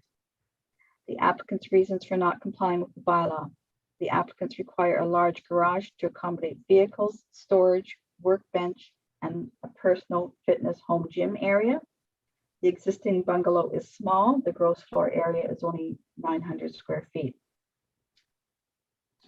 The provincial policy statement does permit single detached dwelling and associated accessory buildings within this area. And the official plan designates the area as settlement area on the Schedule A. Again, single detached dwellings and associated accessory buildings are permitted. So the proposal is in keeping with both the provincial policy statement and the official plan. With respect to zoning bylaw 2001-58 as amended, the subject site is zoned urban residential first density. Residential and accessory buildings are permitted. Section 525 of the bylaw requires that the total lot coverage permitted for an accessory structure should not exceed 5%. The proposed garage accounts for an 8% lot coverage. Section 525(2) of the bylaw permits an accessory building to be behind the front wall of the principal dwelling. This application requests to locate the garage in front of the existing dwelling. It does not appear that there are other accessory structures located in the front yard of the properties in the surrounding neighborhood. The proposed garage would create a front yard setback of 10 feet, 3.048 meters, where the existing zoning provisions require the principal building house to have a minimum front setback of 32.8 feet, 10 meters. Section 561 of the bylaw does not permit the erection of any structure or building within 50 feet, 15.2 meters of the center line of the county road, in addition to the required front setback to facilitate future road widenings. The subject application does not include information regarding the location of the center line of County Road 45 in reference to the front property line. It's unknown whether the provisions of Section 561 would require a further setback from the road, which may result in a further decrease of the requested setback. Section 525(3) of the bylaw requires the gross floor area of an accessory building or structure not exceed 50% of the gross floor area of the principal building. The detached accessory building has a proposed area of 1,200 square feet, which represents 113% of the principal building, which is 900 square feet. I'm not so sure of that math. Anyway, the proposed detached accessory building is not in keeping with the intent of the general provisions, nor the parent zone of the bylaw. Agency comments. Township Public Works had no objections, but this is a county road. It is not a township road. Township Building Department. After review of the application, the building department has the following comments. Will the applicant be able to acquire a setback permit from the County of Northumberland? Will the proposed structure meet the septic system clearance requirements? As there was no information on the sketch regarding the location of the septic system. Conservation Authority, the subject property does not contain any floodplains, watercourses, shorelines, wetlands, valley slopes, or other environmental features of interest to the Conservation Authority. The property is not subject to Ontario Regulation 16806. Property is not located within the regulation limits on the spaces. GRCA has no objection to the approval, and a permit will not be required. County of Northumberland, we have completed the review of the variance application for increased lot coverage, locating an accessory structure in front of the house with a reduced front setback and increased size ratio for the accessory structure. The variances would allow a proposed 1,200 square foot garage to be located at the front of the property, approximately 3 meters from the front property line and County Road 45.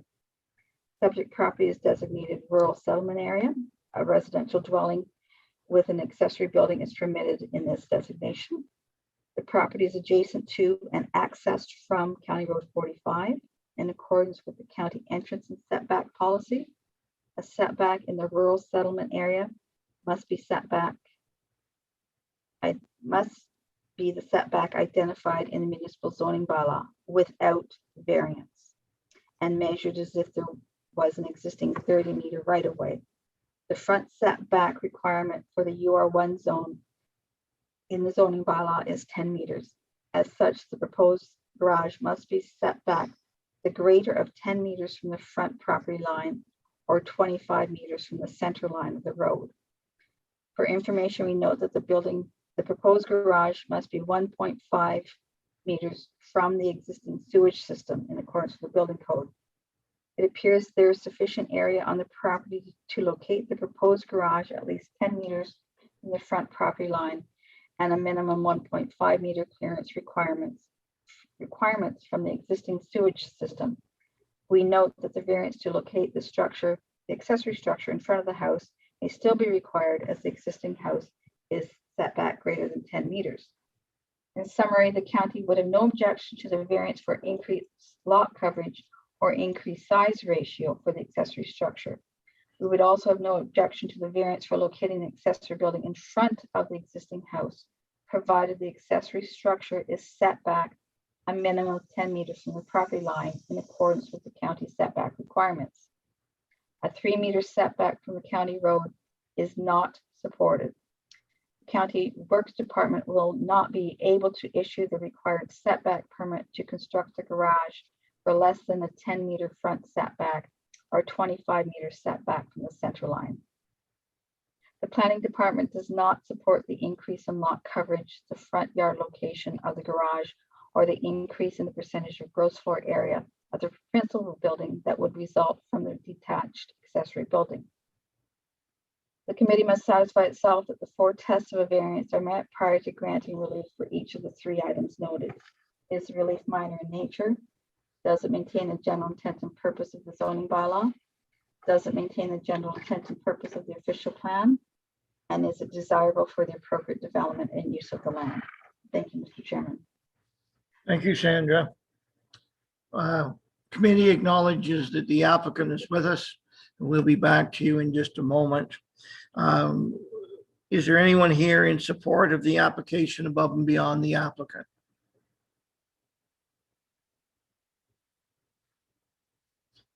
Seeing none, I will move to, is there anyone present in opposition to this application?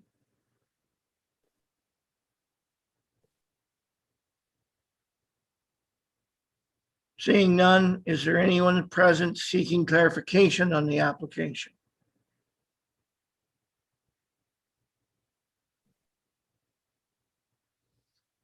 Seeing none, I'll come back to the applicant and provide you an opportunity to provide comment, questions. And if I were to suggest anything, I would ask you to key into the fact that the staff have recommended denial. One of those principal reasons, I'm sure, is because of the county not being able to issue the appropriate setback permit. And one item that you might wish to do is ask for a deferral so you can seek further opportunities to discuss with the county at this point in time. However, any and all of those thoughts are certainly to be made your own. If I were to turn to the applicant, please. Thank you, Chairman Jib. My name is Jamie Van Horn, 4107 County Road 45 in Coburg. I do wish to request a deferral of your decision at this time in hopes to make the appropriate edits and get Northumberland County's setback permit for the mandatory 25 meters from the center line of County Road 45 and the 10 meters from the property line in the front. I don't know if you want to hear anything more from me right now, if I'm asking for a referral, but I do have a couple more things to say, but I guess we could talk about that stuff when we revisit this application. The choice is yours.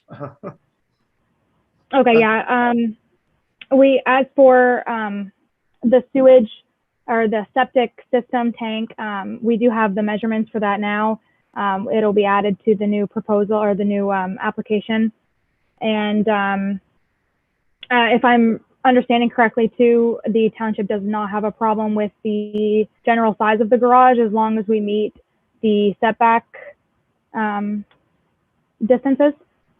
That would be a committee decision, which actually hasn't been discussed yet, to be honest. Okay. With you. Okay. You may, as you move the building further away from the street line, you may find yourself in a position where you have to alter the size or the dimension of that as well. Okay.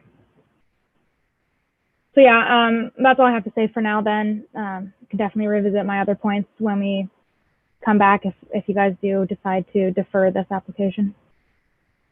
Thank you. Committee members, I'll turn to you. Mark, please. I'll make a motion just to defer the application at this time until further clarification be done by the county. Thank you. Do I have a seconder, Pat? I believe you're seconding. I will second, but I also have a question or comment for Sandra. At the very beginning, did you say when it was originally circulated, it was not circulated with one of the sections? Yes, section 13.3C4 is part of the UR1 zone provisions. And it is repetitive on purpose of section 525.1. They both speak to the 5% lot coverage maximum for detached accessory building. So if and when committee makes a decision, the section numbers will be appropriately in the decision page. And when this is recirculated, if we still need a variance to the 5% maximum, that will be in the new notice of public meeting to the public. Okay, that's fine. Thank you. Okay, we haven't moved and seconded. Any further discussion or comment on the motion? All those in favor? Bill's commenting, I think.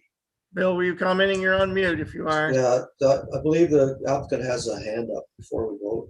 At least it shows in her. Okay, sorry, we didn't notice that. Jamie, if you would, please.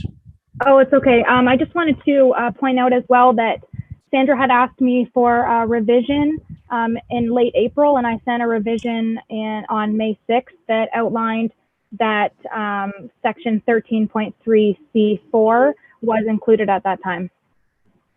Thank you. Moved and seconded for deferral, providing the applicant an opportunity to work through some of these components. Any further comments or questions? All those in favor of the motion? Carried. Thank you. Sandra, I don't think you need reasoning for that, do you? No. The reasoning is to allow her to work through the matters. Yes. Thank you for your time. When you're ready, Sandra, our next application is A1321 minor variance at 5139 Unit 110 Halsteads Beach. Yes, thank you. This is for the Nadu property. It's recommended the Committee of Adjustment enact as follows. The committee received the variance report A1321, that the members of the public be heard as requested, and that the variance request be granted as they appear to be in keeping with good planning principles. The notice of public meeting was circulated on June 17, 2021, and signs were posted on the property on June 25, 2021, in accordance with the Planning Act. This application is seeking relief from section 525.1 of the bylaw to permit a lot coverage of 6.55% for the accessory building where a maximum of 5% is permitted. From section 18.3D1 to permit a rear setback of 1.06 meters, 3.5 feet, where 10 meters, 32.8 feet is required when a rear yard abuts a residential zone or an existing residential use. And section 18.3D1, probably should be 2, to permit an interior side setback of 3.65 meters, 12 feet, where 5 meters, 16.4 feet is required where an interior side yard abuts a residential zone or existing residential use. The applicant's reasons for not complying with the bylaw: the applicant requires a larger outbuilding than the bylaw permits for adequate storage of vehicles and to accommodate service work on vehicles, and the lot is narrow. The provincial policy statement and the township official plan do permit residential uses and accessory buildings there too in this area. So So the proposal appears to be in keeping with both of these governing documents. The zoning bylaw, the subject site is zoned waterfront. It's zoned Oak Ridges Marine Countryside with underlying waterfront resort commercial zone provisions. Residential uses are not permitted in the waterfront resort commercial zone. The use will be maintained as legal non-conforming. Buildings that are accessory to permitted uses are permitted in the zone. Section 525(1) permits a maximum of 5% lot coverage, where the applicant requests 6.55%. According to Google Street View imagery from 2013 and Google aerial imagery from 2021, it appears that there is another shed in the front yard of the subject property that was not captured by the application for minor variance. It can be assumed that the calculation of 6.55% does not adequately reflect the lot coverage that will result should the accessory building be permitted.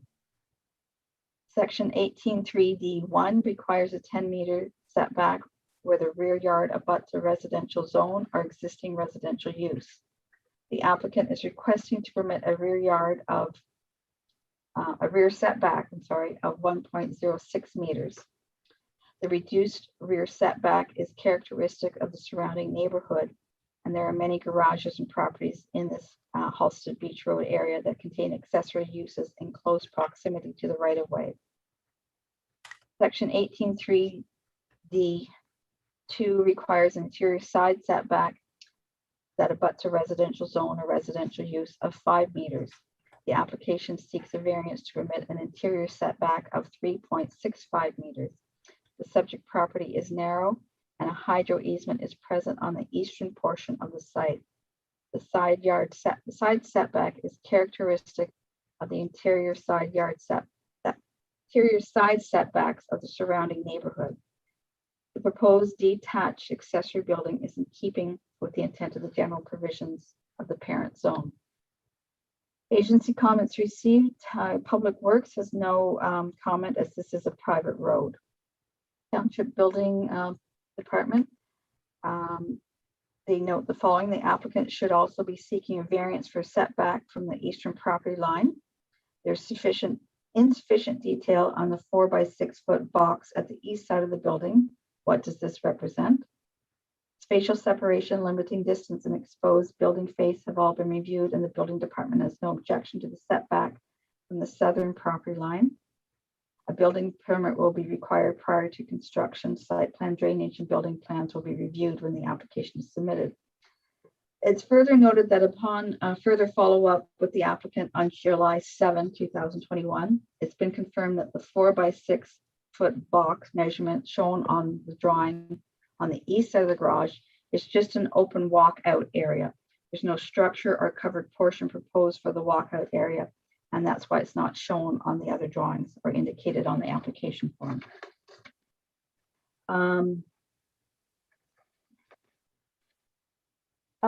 County has reviewed the application.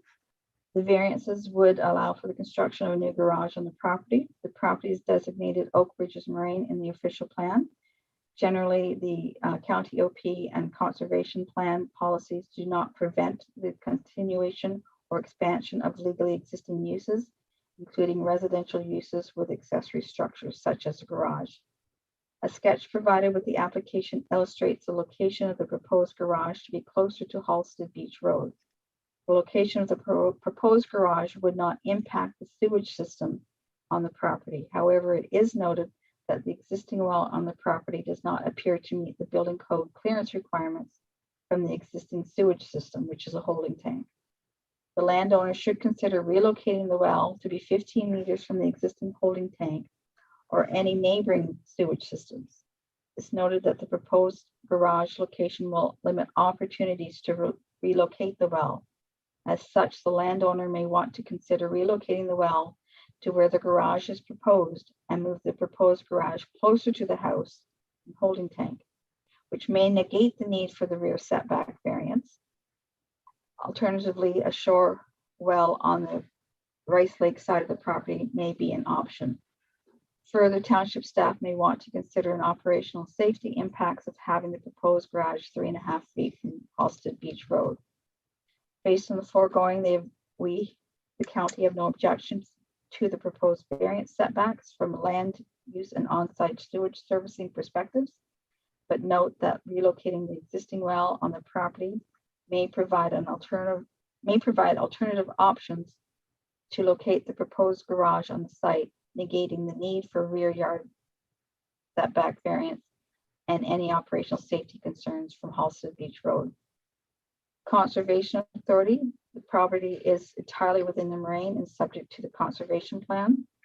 The location of the proposed garage falls outside GRCA's regulation area. Therefore, they have no objection to the variance, and permits will not be required for this development. The proposal is in keeping with the environmental strategic plan pillar. In conclusion, the commenting agencies have offered no objections. The planning department supports the increase in lot coverage, reduced rear setback, and reduced interior side setback of the accessory building. The committee must satisfy itself that the 4 tests of a variance are met prior to granting relief from each of the 3 items noted. Is relief minor in nature? Does it maintain the general intent and purpose of the zoning bylaw? Does it maintain the general intent and purpose of the official plan? And is it desirable for the appropriate development and use of the land? Thank you, Mr. Chairman. Thank you, Sandra. Is our applicant with us today by chance? I am here. Yes, I am, Scott. Thank you. We'll be back to you to provide comments, questions, information as needed in a moment. I'll go to the rest of the audience. Is there anyone here in support of the application other than the applicant themselves? Seeing none, I'll move on. Is there anyone here in opposition to the application?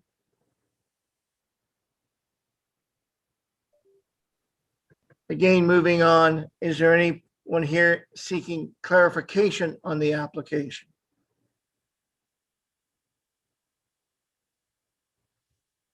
Seeing none, I'll come back to the applicant. Certainly you are having an opportunity here now to provide comment or answer questions.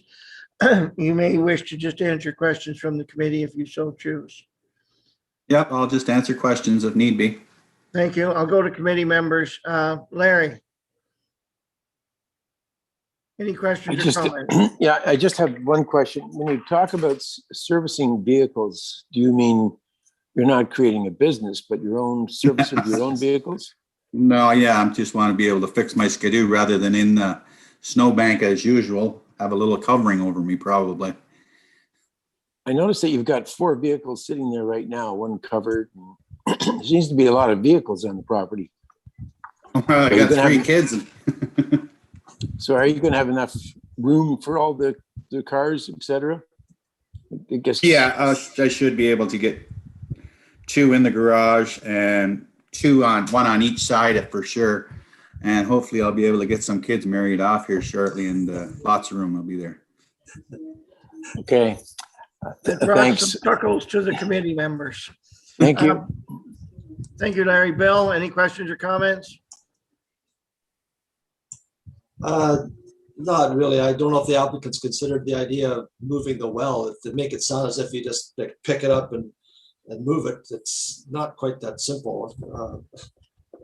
Well, yeah, and I've had discussion with them with regards to that. And when the original holding tank was put in and the septrol was removed, at that time, the Ganaraska, I believe, Conservation Authority was subsidizing part of that move to holding tanks. And there was no suggestion at that time, because of the sealed unit that it was, regarding wells. And it was not even brought up. So I don't know where this new building code, when it was enacted, I couldn't find it, or possibly it's been all along. Well, I'll comment. No, it's not been all along, and I'll suggest 2006. Mark? I'm good with the application. If you need a motion, I'd be more than happy to make a motion to approve it if so be. Pat, any questions or comments, or we'll give you an opportunity to second the motion if you wish. I'll second the motion. Thank you. Thank you. Been moved by Mark, seconded by Pat to approve. Any further questions or comments? I'd like to thank the committee for their time at this time. We better vote before you do that. All those in favor of the motion? Now we'll accept your thanks. Thank you very much for your time, Scott and committee.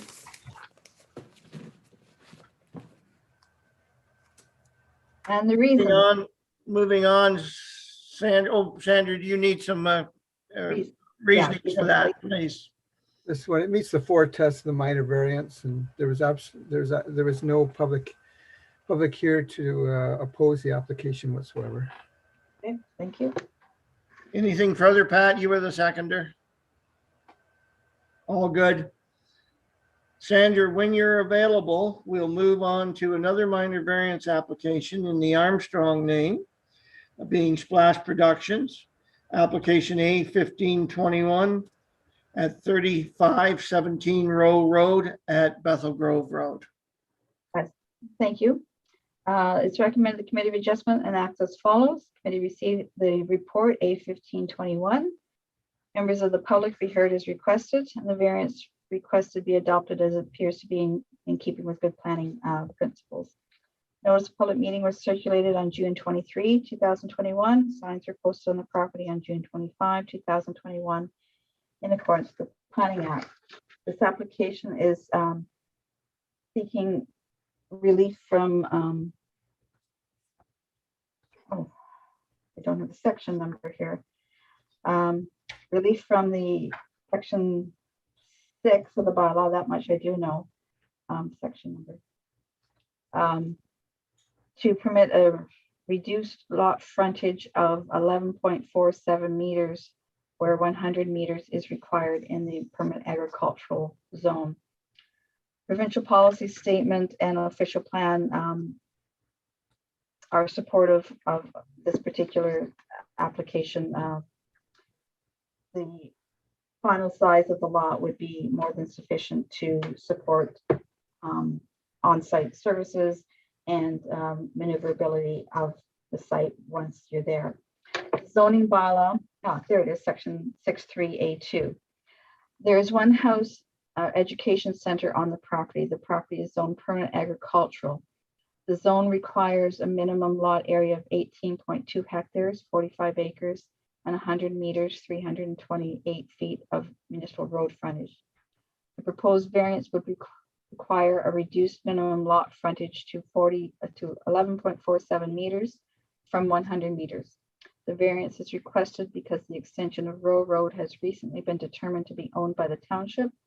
As a result, the house that was recently built and located on the west side of the right-of-way now has limited frontage. It's a requested variance of 88.53 meters. It's the opinion of this department that the proposal is in keeping with the intent of the zoning bylaw. Agency comments received from the county. They reviewed the application we submitted with B1719 and the related A1521. The comments regarding the consent would still apply with respect to frontage and access. Farm lot size and access. On the matter of access and frontage, I understand from the circulated material that the township has required the previously private road as a municipal roadway. As such, the requirement for a lot severance to have access to a public road appears to have been fulfilled with the road transfer. As the proposed minor variance is required to recognize a reduced lot frontage as a result of the severance. On the matter of farm lot size, the severance would create 2 farm lots that are both 19 hectares and 32 hectares in size. My previous comments noted that the county policies allow severance of farm lots of about 40 hectares in the agricultural area. In the updated planning report prepared by the applicant's planning consultant, it's opinioned that the history of the property and current operations as 2 separate farms is justification for the severance. The proposal does appear to meet the intent of the county and provincial policies to protect prime agricultural land and maintaining 2 variable farm operations on the subject properties. Respect to the building department of the township, comments remain the same as in 2019, and although stated on the consent application as an existing use, the building department has no record of occupancy for their dwelling on the retained parcel. The proposal appears to be in keeping with effective government's environmental and physical asset pillars of the strategic plan. In conclusion, upon review of the application in relation to the provincial policy statement, township official plan and zoning bylaw, and the comments received from outside agencies, it's the opinion of this department that the minor variance application A1521 generally meets the intent of all planning documents. Committee must satisfy itself that the 4 tests of variance are met prior to granting relief for each item. Is the relief minor in nature? Does release satisfy the general intent and purpose of the zoning bylaw? Does the release satisfy the general intent and purpose of the official plan? And is it desirable for the appropriate development and use of the land? It is recommended that as a condition of this minor variance, approval of consent application B1719 be fully realized. Thank you, Mr. Chairman.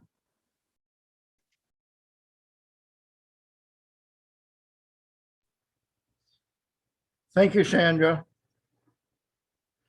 Sandra, a moment or two ago, Mr. Clark, who was dealing with the severance or spoke to the severance application, mentioned something about additional structures. Have we sufficient information to address that in today's minor variance at this time? For 2 reasons, I do recommend that we do not address the structures on the severed parcel. This particular variance application is in respect of the proposed retained parcel, and the variances that I noted as a probability are in respect of the proposed severed parcel. The variances run with the life of the property. So once the property is fully severed, then neither variance would be applicable if they were done together. Secondly, it appears from the information I have that the barn, at least one barn, is about 24 meters from the existing west side lot line. Once the road is transferred to the township officially and becomes an open road allowance maintained by the township, that barn will be 11.5 meters closer to what will be an exterior side setback. I need to know the exact dimension of the setback before I can process an application for variance for the detached accessory buildings. So once I get the surveyor's real property report information at the end of the day, then I can advise as to what variances are required for the proposed severed parcel. In layman's terms, Sandra, I mean, the applicants obviously want to continue with this application. I mean, the wheels fell off there quite some time ago. And only recently have we been back working on this successfully. And I'm sure they want to move forward as quickly as possible. Are you suggesting that a subsequent variance application will be needed for the other portion of the property? Or am I hearing that this application, if deferred, could be modified and deal with both properties? It's my opinion that 2 variance applications are required. One for the proposed retained parcel, which you are entertaining today, and one for the proposed severed parcel, which would come forward at a later date. I do not support combining the 2. Very well. So the buildings that were mentioned are not on the property that we have the minor variance for at this point in time. Correct. So process would be to continue with this application. Yes, Thank I you, do recommend Sandra. go forward. Yes. We acknowledge that the planner for the applicant, and the applicant are with us. We will come back to the two of you in a moment. I will simply ask the audience, is there anyone here in support of the application above and beyond the people I just spoke of? Seeing none, I'll move on. Is there anyone here in opposition to the application? Seeing none, is there anyone here seeking clarification on the application? Seeing none, I will come back to the applicant and/or planning staff for the applicant. Linda, would you like to speak to this minor variance? Yeah, I think, Bob, I'll let Bob go ahead first, if that's okay. Thank you. Bob, would you like to speak to this application? Yes, it's my opinion that because we're dealing with a single property as it exists today, that a variance can be granted for the existing property, assuming that what we have to have happen here is we have to have the road allowance transferred to the municipality. And then we have an issue with respect to the one barn, which is located too close to the road allowance. My point in support of that is that the road allowance has been maintained by the municipality in the past, and they have had no difficulty because of the location of the barn. So I think recognizing the location of the barn should not be an issue with respect to the variance. With respect to the other barn, it's a much smaller barn south of the proposal, and it is too close to the side yard. It's an interior side yard. It would be our preference to deal with those variances as part of this application. If the committee decides that that is not possible, then we would prefer, or at least I would prefer, that the reduction, the variance for the reduction in lot frontage would be addressed at this application, and we would have to submit a subsequent application. Obviously, our preference from a financial point of view would be to combine the two or the three variances. And I do apologize that we did not point this out or find this need for variance. And I appreciate the fact that your staff did notify us in advance of the meeting of the requirement for these variances. Thank you, Bob. Sandra, just coming back to you, what I'm hearing you say is we will need one additional variance application in the future. That's not before us today. That's my opinion, yes. Very well. I'll move to the committee. Sorry, I just didn't know whether I had a chance to say anything. Yes, please, Linda. Sorry. Okay. As you are aware, the reason that we are trying to go forward with this severance is so that the farmers on the severed side of the property can go ahead with purchasing that property. They're quite desperate to do that. It's been a year and a half. And the reason is because for them to be investing in that land in terms of, carrying on with building greenhouses and irrigation and, more outbuildings and investing in fixing up that beautiful old barn, they aren't going to be able to do that unless we can go ahead with, doing whatever we need to do to make that property registered and to go ahead with the deed. So, as Bob mentioned, the road, which has been maintained by the county for decades, seems to have not had an issue with it. And the smaller little barn, which is an old hen house, it's really adjacent to now our property line, has never been a hindrance either. I would hate for this to be dragged out further.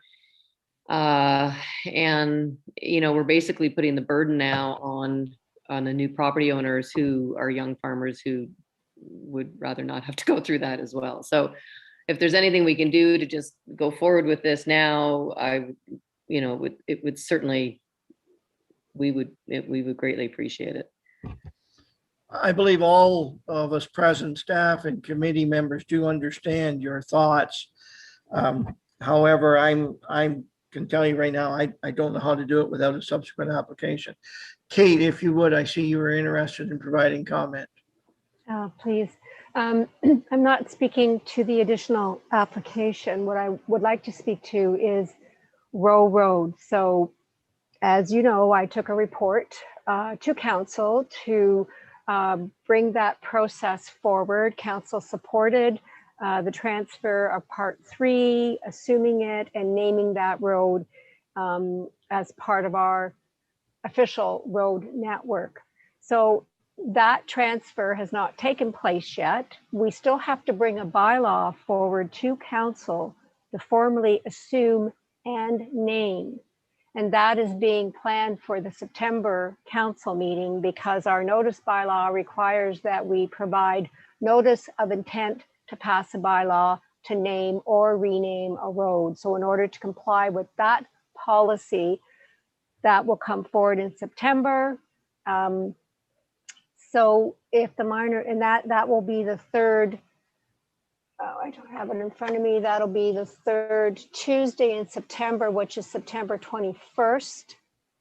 The Committee of Adjustment meeting in September would be September 14. So, Kate, sorry, if I understanding, are you saying then that without that formal recognition, the formal assumption of the road, that we can't carry through with the severance anyway? That's been made a condition of your severance as well. Council already supported that we proceed with that. Yes. But that's been made a condition of your severance. But So, I was just looking at the timing then. yeah, I know. And as you look at the various items that are conditions of your severance application, I think that depending on how quickly you and your agent move forward with meeting those conditions, and that we get that bylaw to the September council meeting, the variance to the 14th, and I believe it's, Sandra, if you can remind me what the appeal period is for a variance? 20 days after the meeting, so that would be 1st, 2nd, 3rd of October. So you're getting at least the end of September, if not into the first week of October. Okay. I guess I'll step back in. I'm sort of looking at Mr. Clark. Mr. Clark, I'm quite sure you have a handle on what's just been discussed in the last few minutes, and we'll be able to move this forward for your client if they need you to do so. Yeah, absolutely.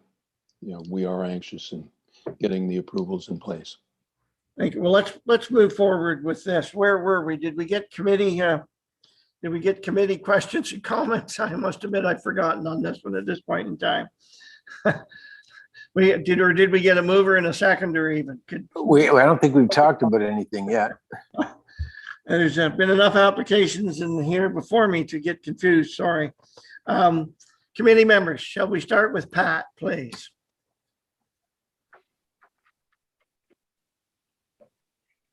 I don't have any specific comment. I was considering what Ms. Armstrong said about trying to get this moved forward for the people who want to take over the property. And I mean, we're always encouraging new farmers.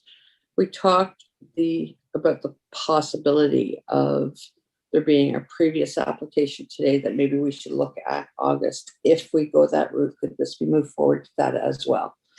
I know that that's something we need to talk about separately, but just that would at least get her 20 days that she has to wait more in line, I think, if I've done my figuring out correctly. So just a comment for consideration. We'll defer that to staff. If in fact there's a meeting, I'm sure they'll make every effort to make an application addition for that August meeting, if in fact it occurs, assuming that the application comes in time and gets circulated in time, of course. Mark, any questions or comments? No, I fully support Pat's recommendation, though, if it can be done. Larry, question or comments? Can I just get clarification? Are we going to approve one of the variances, or is this dead in the water because the road hasn't been transferred? from my understanding, Larry, and I'll also defer this to staff to correct, but I'm of the opinion that we can proceed with this particular minor variance in this case.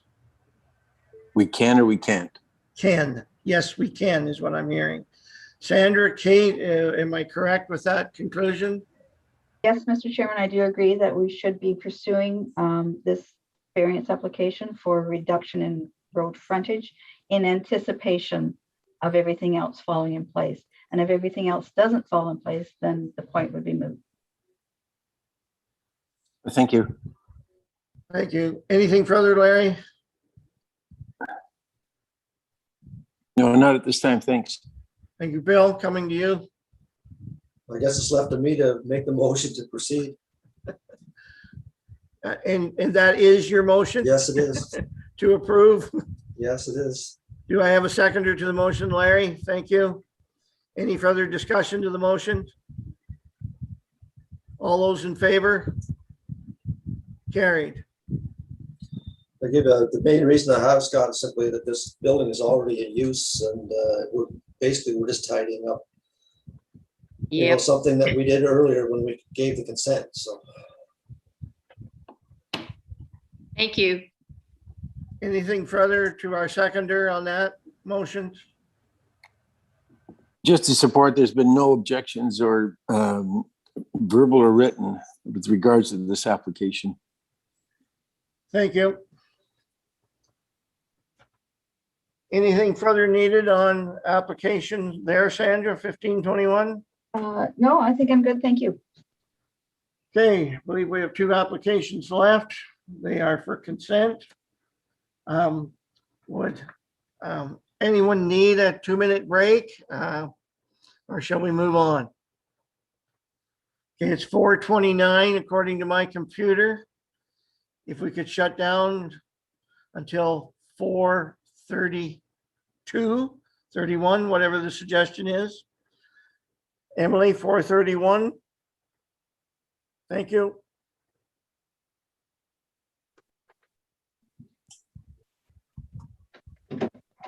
Do we need a motion for that, Sandra? I'll make the motion. Just in case we need it. Thank you, Larry. Okay.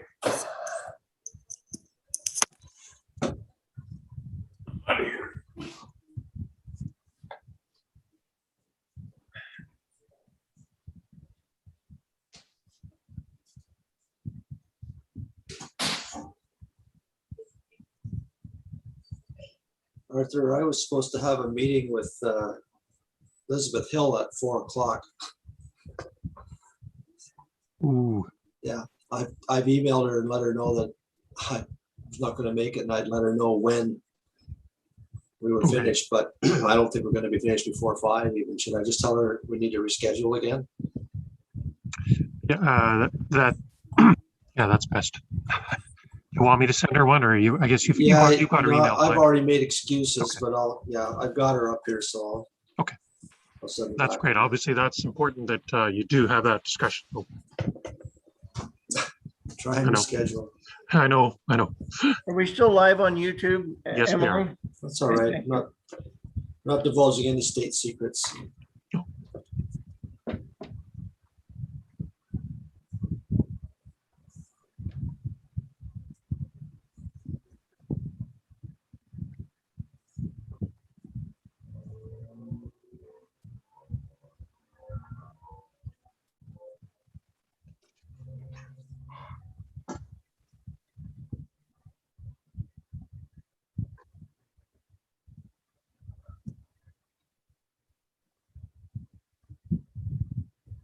Emily, if you or Kate could advise when we think we have all our committee members back, please.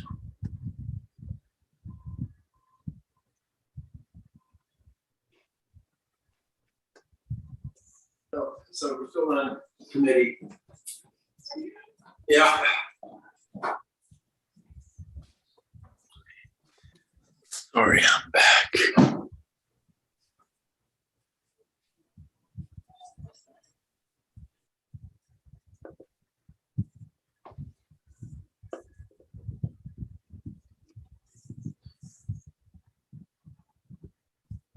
Looks like we have committee members back with us. Sandra, are you back with us as well? Yes, I am. I'm not sure if Emily shut things down or left things running, so I don't know if we're back on YouTube or not. I don't believe we ever left YouTube, Sandra. Yep. Emily, could you just confirm we're good to go ahead?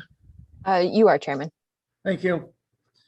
Our next application is one for severance in Bewdley. B 10-21. Forgive me, I haven't said this name for quite a number of years, Papilio. Sandra, if you would please, when you're ready. Thank you, Mr. Chairman. This is with respect to vacant land on Beach Street. It's recommended the committee enact as follows. Committee received the application report B 10-21, that the members of the public be heard as requested, and that the application be deferred until further information can be provided by the applicant that appropriate sewer and water servicing can be achieved on site. Notice of public meeting was circulated June 21, 2021. The signs were posted on the property June 27, 2021 in accordance with the plan. This application is for consent is to sever the vacant land described as part of Part 1 on Registered Plan 1220 for a lot addition to add 0.055 hectares or 0.136 acres with 19.97 meters, 65.52 feet of frontage on Waverly Street to the adjacent lot described as Part 1 on 39R 1363 of 0.054 hectares, being 0.0134 acres. The retained parcel will be 0.2 hectares or half an acre in size with 70 meters, 230 feet of frontage on Beach Street. The provincial policy statement does support development of residential uses in the settlement area, provided individual on-site sewage and individual on-site water services can be provided as municipal services are not available in this area. The severed and retained lot are very small. While in principle development within settlement area is encouraged, it has not been proven that either lot can be developed with appropriate water and wastewater systems. Until this is proven, consistency with the PPS has not been achieved. With respect to the official plan, the property is currently designated rural settlement area, Bewdley, in the official plan. It's in the Oak Ridges Moraine. Section 944 provides a specific direction for lands designated as rural settlement area within the moraine, and section 9.8 regulates lot creation for the property, limiting it to minor infilling and minor rounding out. The proposal to sever the lots described in 39R 1222 for a lot addition to the owner's lot described in R 1363 appears to comply for the official plan requirements for lot creation as identified in 9.8. Sorry, this is not lot creation. This is lot addition. It is the opinion of the department that the proposed consent for lot addition appears to be consistent with the official plan policies. With respect to the zoning bylaw, the lands are zoned urban residential for density. If the property had municipal water, then the minimum lot size would be 30,000 square feet with 98 feet of frontage. For lots without municipal water, the zone requirements are 1 acre and 150 feet of frontage. The resulting lot on Waverly would have an area of 1,090 square meters versus the 4,050 square meters required, and would have frontage of 39.9 meters versus the 45.7 meters required.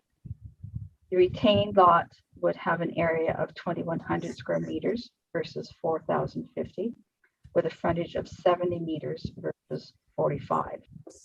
The proposed resultant lot and retained lot would not comply with the zone regulations. The applicant has not provided sufficient information to indicate that the lots are sufficiently sized to accommodate appropriate private sewer and water servicing on the two proposed lots, especially given that the severed lot does not comply with the lot requirements provided in the zoning bylaw.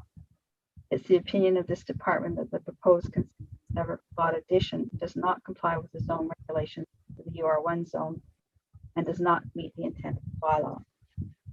Agency comments, Public Works, they have no objection. Township Building Department has no objection. Conservation Authority, subject property does not contain any floodplains, watercourses, shorelines, wetlands, valley slopes, or other environmental features of interest to the Conservation Authority. Furthermore, the property is not subject to Ontario Regulation 16806. The property is entirely within the Oak Ridges Moraine and is subject to the conservation plan policies. The subject property falls outside the GRCA's regulated area, and on this basis, they have no objection to the application. A permit would not be required for development. The proposal appears to be in keeping with 4 pillars of the strategic plan. And upon review of the application in relation to the provincial policy statement, official plan and zoning bylaw, and the comments received from outside agencies, it's the opinion of this department that B 1021 does not meet the intent of the planning documents, and deferral is recommended at this time. Since authoring the report, a letter was received yesterday from a neighbor, Sandra Thomas. She didn't give her address, but she is immediately next door on Beach Street, Waverly. Hold on, I'll check that. I'm not sure which street she's on. I'm very much against the joining of these 2 lots. This one small lot is right behind my back door and too small for a building permit. I was told there would never be a permit granted. Much too close to well and septic systems. There was an old shack there back in the late 70s. Mr. Paleo was caught by building inspector putting siding on without a permit. He kept taking that work order down. Inspector kept catching him. Finally had counselors up and they condemned it. Teens made it a hangout. Health department made them tear it down. Also, there was a roadway from Beach to Waverly used for over 50 years. Township had it paved and maintained for several years at the taxpayers' expense, I guess. Mr. Papaleo put up a fence, put topsoil down, and planted grass seed. Should he have been allowed to do this? What about the money spent to pave and maintain? And that's from Sandra Thomas. I will ensure that her address is part of the minute. Thank you, Mr. Chairman.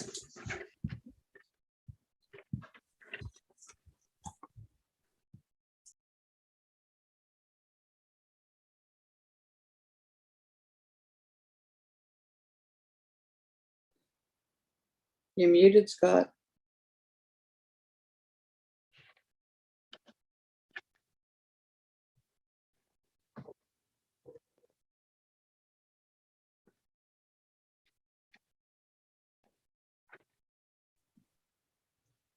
And I'm in the middle of a thunderstorm here and may disappear on you too. Is our applicant with us today?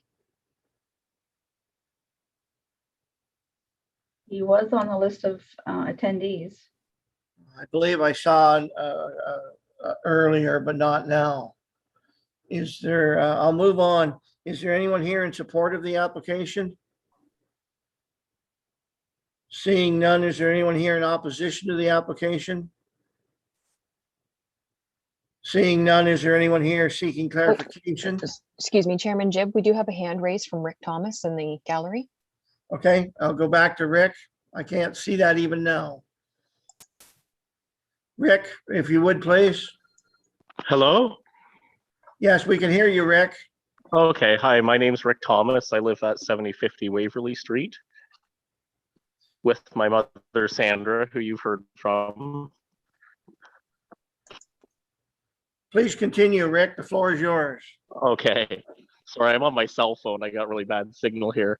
So I just want to make it clear that I am against any kind of building on the law adjacent bars at 70 Waverly Street, because I believe that there's any way he could get his or far enough from any of the neighbors, if that makes sense, plus having that lot since it is so small. I missed most of that, Mr. Chairman, but I do understand that Mr. Thomas is against the proposal because the lot is so small. Yes. I too missed most of that, but Rick, we've got the intent there, do we, at this point? Yes, I'm mainly against it because I don't believe that if he put a sewer in, I think it would be too close to our well if he had a septic bed. And vice versa if he had a well. I don't know if he'd be able to get away from the neighbors' septic tanks or septic weeping beds. Just because of the size of the lot, that's my only concern. Thank you, Rick. Is Anytime. there anyone else here in opposition to the application?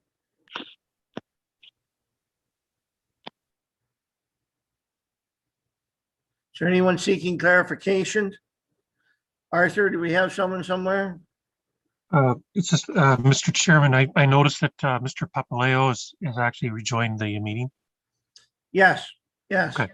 Once we confirm there's no one else seeking clarification, we'll come back to Barry. Which looks about now. Barry, you are the applicant. I don't know what part of this meeting you've heard in relationship to your application, but it's certainly your opportunity now to speak to the application. The staff report is asking that the committee consider a deferral so that you have an opportunity to work away, meeting some of the requirements. Barry, the floor is yours, if you would, please.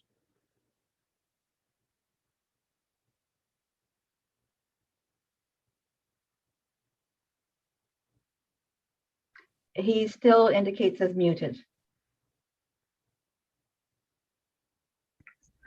There you go. That any better? Yes. Barry, we can hear you now. Please feel free. I hope you've heard where we've been so far with your application.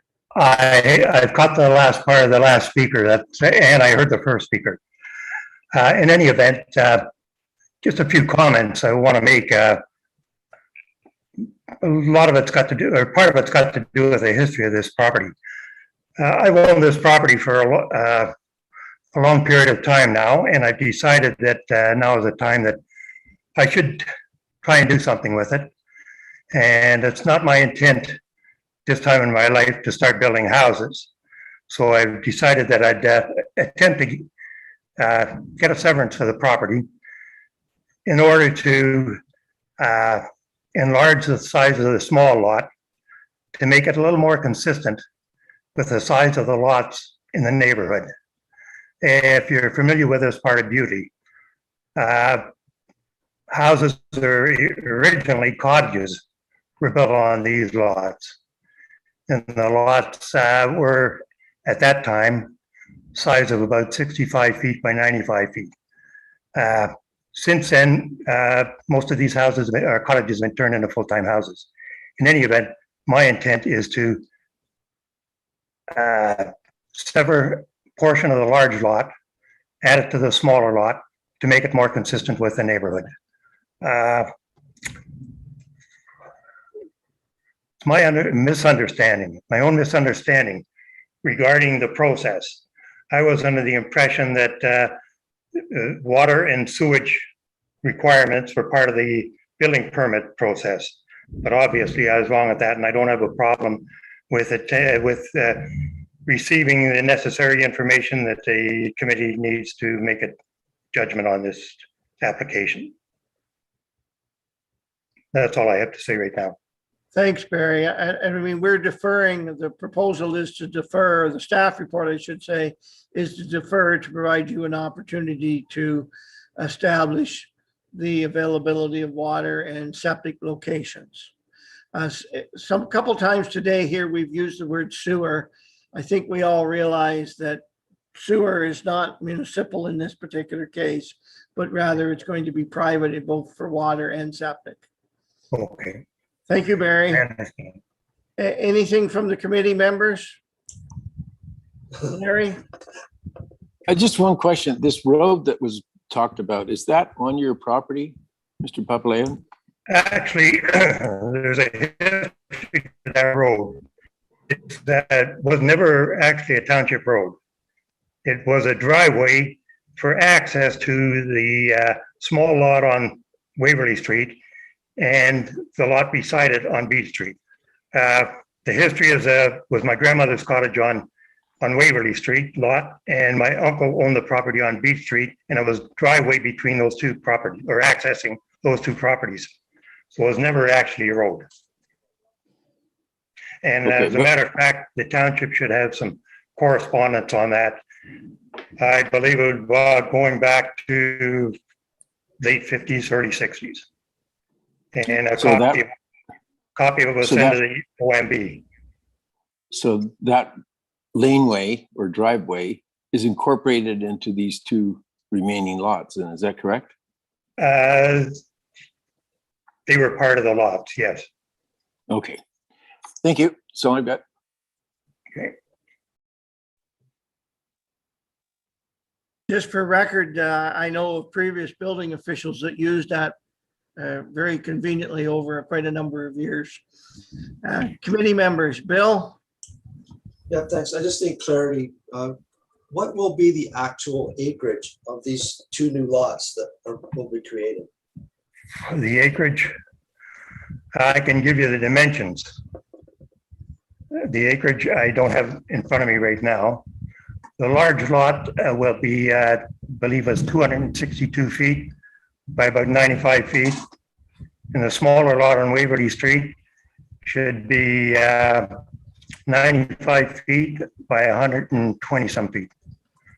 So I might add that that is not abnormal for this area. Okay, thank you. So the sketch that I'm looking at, maybe Sandra can help me with this. It shows the retained lot in red. Is that correct? The retained lot in red, that's right. And then there's a lot in green and a section in blue. So what's actually happening? That is actually one lot, not two. The green portion, if I may. Yes, thanks, Sandra. Portion is being severed off of the red portion. Right. The green portion is being added to the blue portion. Okay, I've thank you. done So, very, very quick math with respect to Mr. Papaleo's dimensions. And the large lot at the end of the day would be approximately 0.57 acres. So half of what it should be. And the yes, small lot would be approximately 0.28 acres, a quarter of what it should be. right. But basically the same size as the lot beside it and larger than the lot behind it. I would say so. I would like to do more research into that. And For sure, because that's a lot of wells and a lot of septic systems in a very small area. yes. Okay, thank you. Pat, please. My first question is, I noticed that we got no response from the county. Because this is a lot line adjustment, does that mean it doesn't normally get circulated to them? No, it was circulated to them, and I thought I had comments from them. If you bear with me, I will just double check the hard file.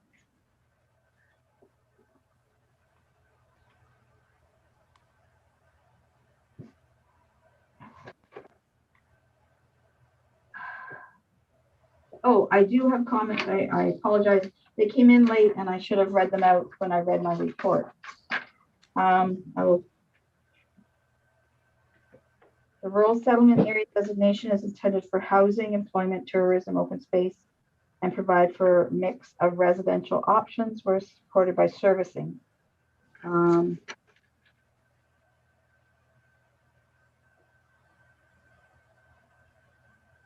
The application conforms to the intent of the county official plan for the use in the rural area. The plan is intended to protect ecological and hydrogeological features, the Oak Ridge Marine Conservation Plan. And it's supported, the development applications are supported by the policies of the conservation plan.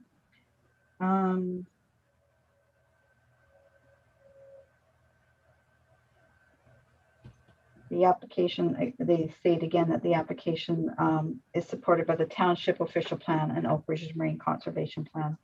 Provincial policies, PPS, the proposal is consistent with the PPS and the Greater Golden Horseshoe Growth Plan. County services, septic inspection services. The proposed lot would be serviced by private municipal well and septic sewage disposal systems. County Septic Inspection Services reviewed the application and had no concerns. County transportation is not applicable. The proposal has been screened in accordance with the responsibility under the Planning Act to have regards with matters of provincial interest. There are no matters of provincial interest. In summary, the county and provincial policies support the creation of new lots for residential uses in settlement areas where such development can be serviced adequately. The subject lands are located within the rural settlement area of Bewdley, which lies within the Oak Ridge and Marine Conservation Plan area. County inspections had no concerns regarding servicing the proposed lot, addition, and benefiting lots. So they appear to be supportive. I might comment, Sandra, I believe that's been a desktop review without any site visit done. And based on the fact that we're on the large lot, we're half the size that we're supposed to be. And on the smaller two lots, if they were to adjoin, we're 1/4 the size of what they're supposed to be. I personally am disappointed in that county comment in respect to septic. And well, Pat, I believe we were with you. Do you have any further question or comment? Yeah, I'm just not quite sure. I'm just was sort of thrown by that, to be honest. I have concerns that we're deferring this simply because even though the county seems to be okay with it, I understand that the lot sizes in that area are small to start with.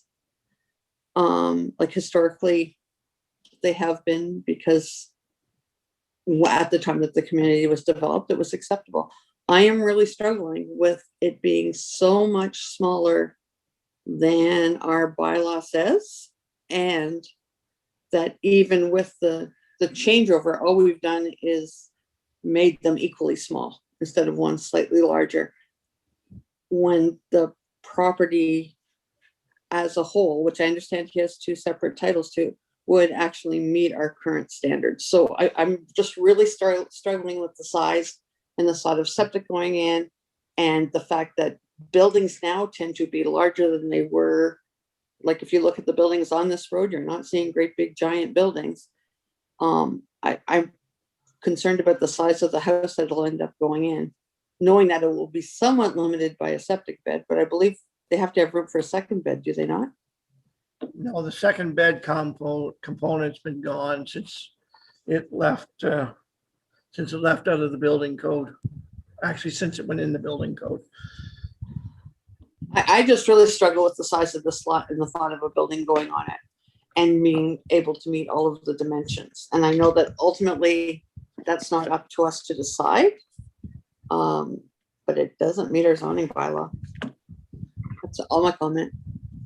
Thank you. Mark, we have yet to hear from you here, please. I'm back. I don't know if you noticed, I disappeared for a while. Never missed you, sorry. Is that right? Oh, the lightning storm or thunderstorm, you blocked me out. I had to come back on. I really don't have any questions. I mean, I share Pat's concerns with the size of the lot and so forth, but I presume that'll come back on the work that Mr. Papaleo is going to have to do to satisfy us. So if he can satisfy us, I mean, I'm all for it. I mean, we might as well infill and get a house there if we can. It might be an affordable house for somebody. So we'll see how we make out. Bill, I see your hand up. Thank you, Mark. I was going to make a motion to defer if you wish. Okay, Mark's wishing to make a motion to defer. Bill, did you? Well, I'm on the thinking with Pat. I mean, almost without saying, the property owner is going to find somebody somewhere that tells us that they can put a septic tank and a well in a building on that lot. I mean, if you look hard enough, you're going to find somebody somewhere that's going to verify that. Are we giving the property owner false hope in saying that, you know, this does have a chance of going forward. I think what Pat's saying is rather than deferring it, it just simply should be denied. So that the property owner doesn't put in time and effort and money to something that's may not go forward at all. I have similar feelings to Pat. A lot that's only, you know, it's not even a quarter of an acre. And I know there's other lots in the area that are that size, but we can't do anything about those. They're existing, but I just think we're compounding the problem. Larry, I guess I'll go to you next. The question will be is, what is Mr. Is it Papolino left with? What can he do with that property? I mean, it becomes an odd shaped piece of property that he's going to have, you know, we're going to be stuck with eventually. That's just going to be sitting there in the middle of nowhere, you know, growing weeds and grass on. You know, we have the application before us, which we get to make a decision on, approved, denied, or deferred. We have staff making a recommendation of deferral to provide the applicant an opportunity for consideration. Those are our options right now at this point in time. Well, then I would support Mark's motion to defer. Pat, we're a little out of order here, but Pat, please, you had your hand up. Just a very quick additional comment. I understand completely that the item before us is the lot line adjustment to allow a new building on the adjusted portion. I would think that since Mr. Papolio's comment was that he was trying to figure out what to do with this land, that even though we're talking about the one, he is likely talking about both. So we're probably looking at two houses, one on each lot, both lots being very small by current standards. I didn't know if Mr. Papolio could comment, is that his intent, is to put a lot on both? And in terms of Larry, if he does actually own both properties, combining them is an answer that would make it not fall on our problem in the future. The only difficulty I have, Pat, is Mr. Papolio is in a position to obviously want to capitalize on, you know, the most dollars he can.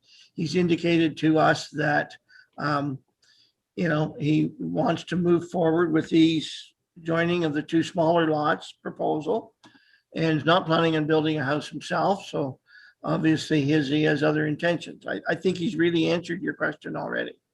I guess in reality, if that is his intention, it will come forward as a minor variance by whoever the new property owner is in terms of minor variances, because they won't be able to meet all of the other things that we ask.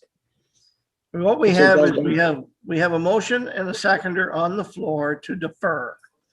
We've been speaking to that motion. Is there any further discussion? Seeing none, I will ask for the vote on the motion, please, to defer. All those in favor? Passed. Thank you. Mr. Chairman, it's Emily Cartledge, Deputy Clerk. Before we move on, we have hit our 3-hour meeting limit, so we would need a motion to extend. Very well. Committee's wishes, motion to extend. Will that be, thank you, been moved by Larry, seconded by Pat. All those in favor? Thank you. Emily, could you confirm that that would be for a half an hour period? If that's what the committee would like, yes, we can do half an hour. Well, we don't know that, but we're not limited. We're not limited to just a half an hour is what I'm really asking. I believe you have up to an hour for the first extension, and then it's Very every well, half hour thereafter. We'll move forward. Pat? Just letting the committee know that I do have to leave for work by 5:30. Like I have to leave the meeting by 5:30. I'm with you. We only have one more.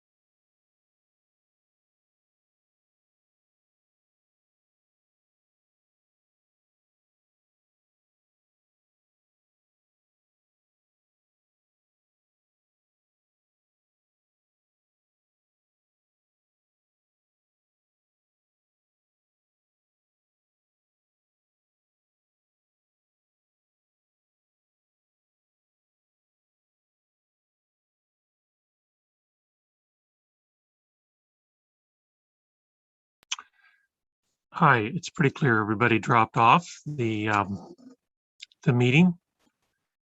We'll obviously hold this channel open until they rejoin. And I'm just getting a phone call now about that. Just hold on, please.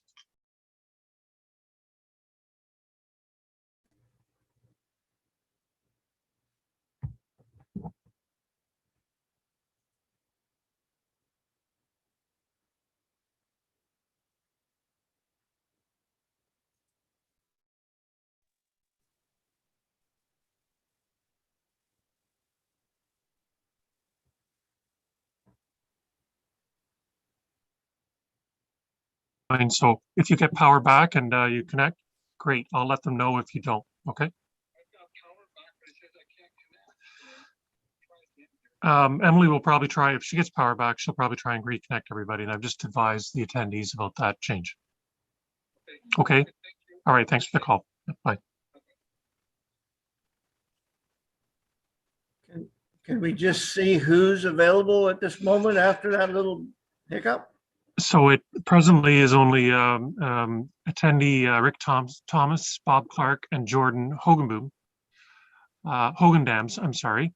And everybody else has dropped off. Mark has just called to indicate he dropped off, and I see Kate has indicated she's got a power blip there as well.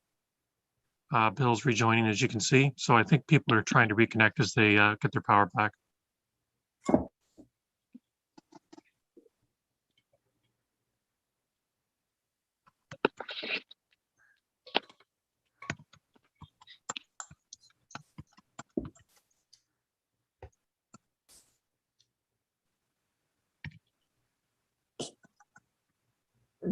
Rick, just to let you know, we've got problems here with hydro and connections at this moment. Sorry, Hi. everybody, my hydro went out.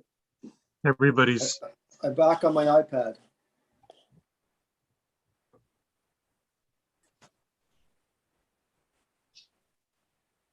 Did we lose other people, Scott, or just me? I think we lost everybody, including okay. I'm myself. back. I'm back.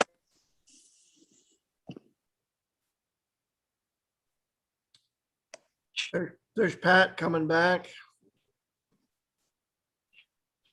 We're still missing Larry and Mark for committee members. so just for the committee members, I've Mark is trying to rejoin, although he's lost his power as well, and Kate and Emily are trying to reconnect at this time. Yeah. Okay. Okay. I'll just let them know that.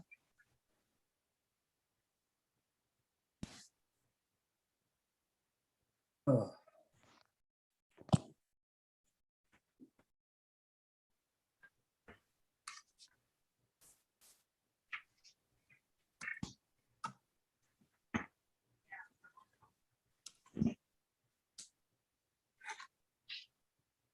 Will that mean we've lost YouTube? Does anybody know?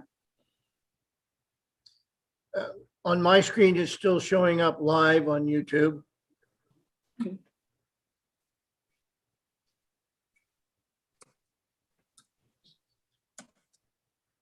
think this is the first hiccup of this type we've had, isn't it? I think so. I don't know. We've got major thunder lightning still happening here. I wouldn't be surprised if you lose me again.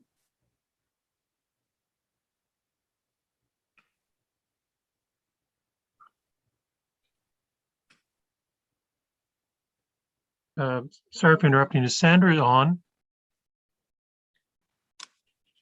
Sandra, are you connected? Shows that she's on. It shows that she's on, but she's not saying anything.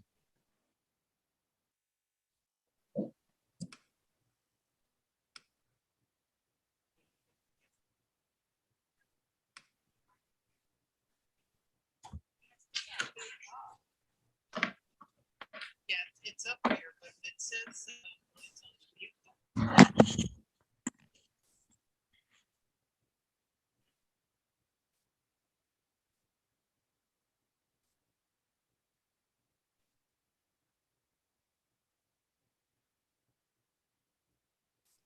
We're still in place. Okay, good. Thanks for that. All right. Okay. Thanks, bye.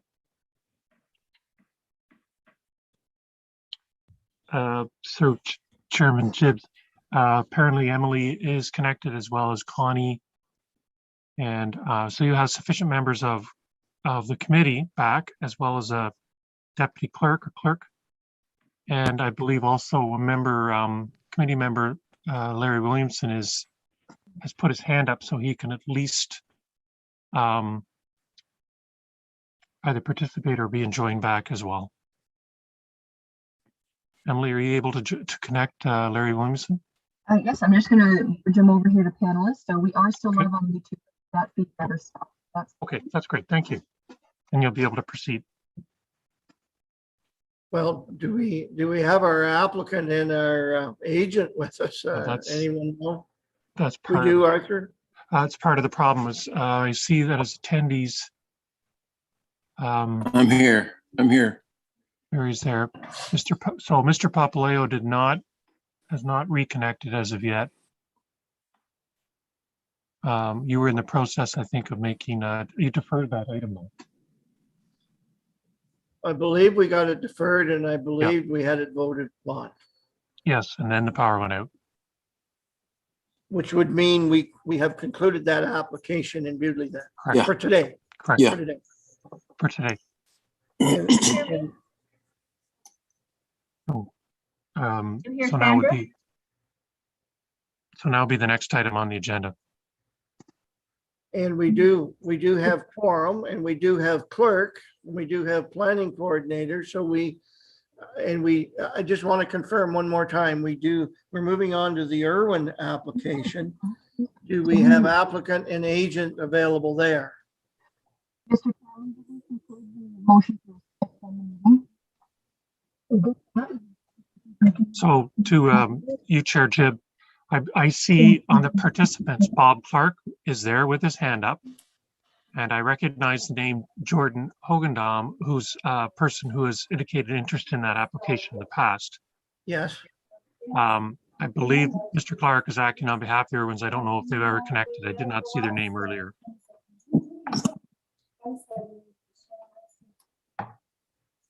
Could we communicate with Mr. Clark that he is agent for the Irwins and we shouldn't expect anyone else from the applicant's perspective? Mr. Chairman, that's my understanding. Thank you. Good. Jordan, you're with us and you can hear us? Yes. Sorry, I'm with you and I can hear you. Can you hear me? Yes, we're good, Jordan. Okay. Have we lost anyone that we're not recognizing right now? We were expecting the applicants, Bill and Deborah Irwin, to sign in. I don't know if they were just going to listen or participate. We were expecting Beth and Jason Burney for clarification. And we were expecting Pat and Carol Doyle for clarification. And had they signed in earlier before our hydro outage?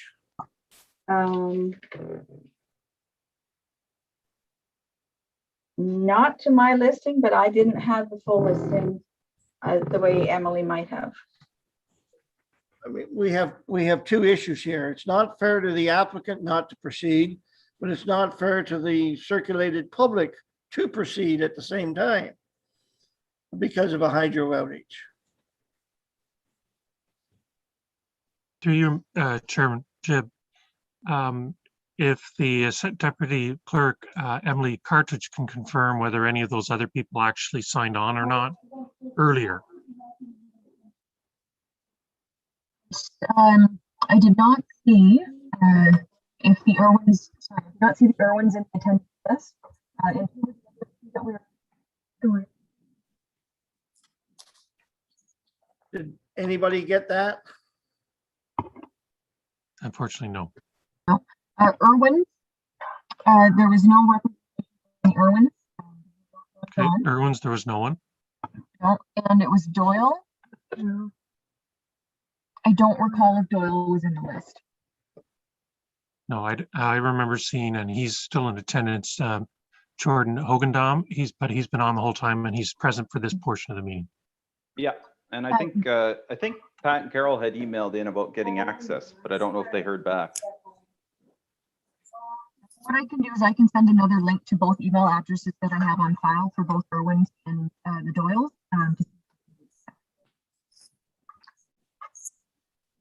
Well, I appreciate your point, Mr. Chairman. The Irwins are officially represented by Mr. Clark.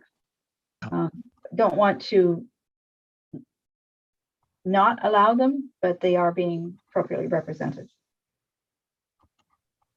That would seem to be the case, Sandra. However, are we being reasonable in our thoughts of moving forward when we have suggestion of people wanting clarification and may very well be in opposition? What we don't want is we don't want to mix up our process and cause any appeals on either side. Agreed. I guess maybe one thought that just went through my memory here is, Bob, do we, from your perspective, do we need to deal with this application today, or could we deal with it under the circumstances in the next available meeting? Well, I would hate to see proceed with any concerns about people participating in this. So I would agree that perhaps deferring it until your next meeting might be the best approach.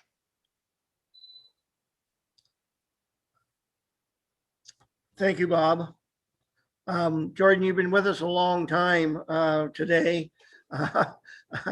Could you tolerate another meeting in the near future? Oh, that's fine. Yeah, no, I've been multitasking. So no, I think there's some questions here, and I think, I think everybody wants to give it the proper time due, right? So yeah.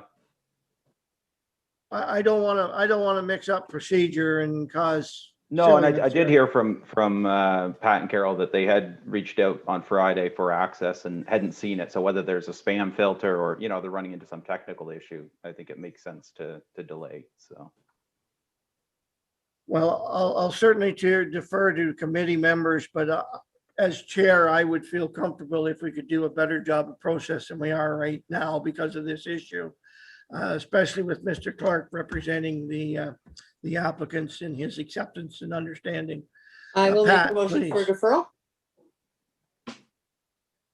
Very well. Larry, have you heard why we're doing a deferral by chance?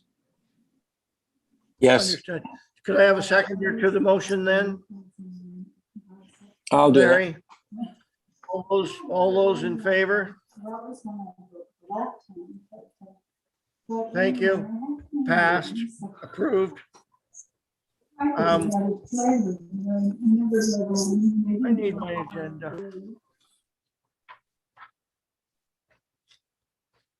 Okay, any other business arising? I have nothing more at this time.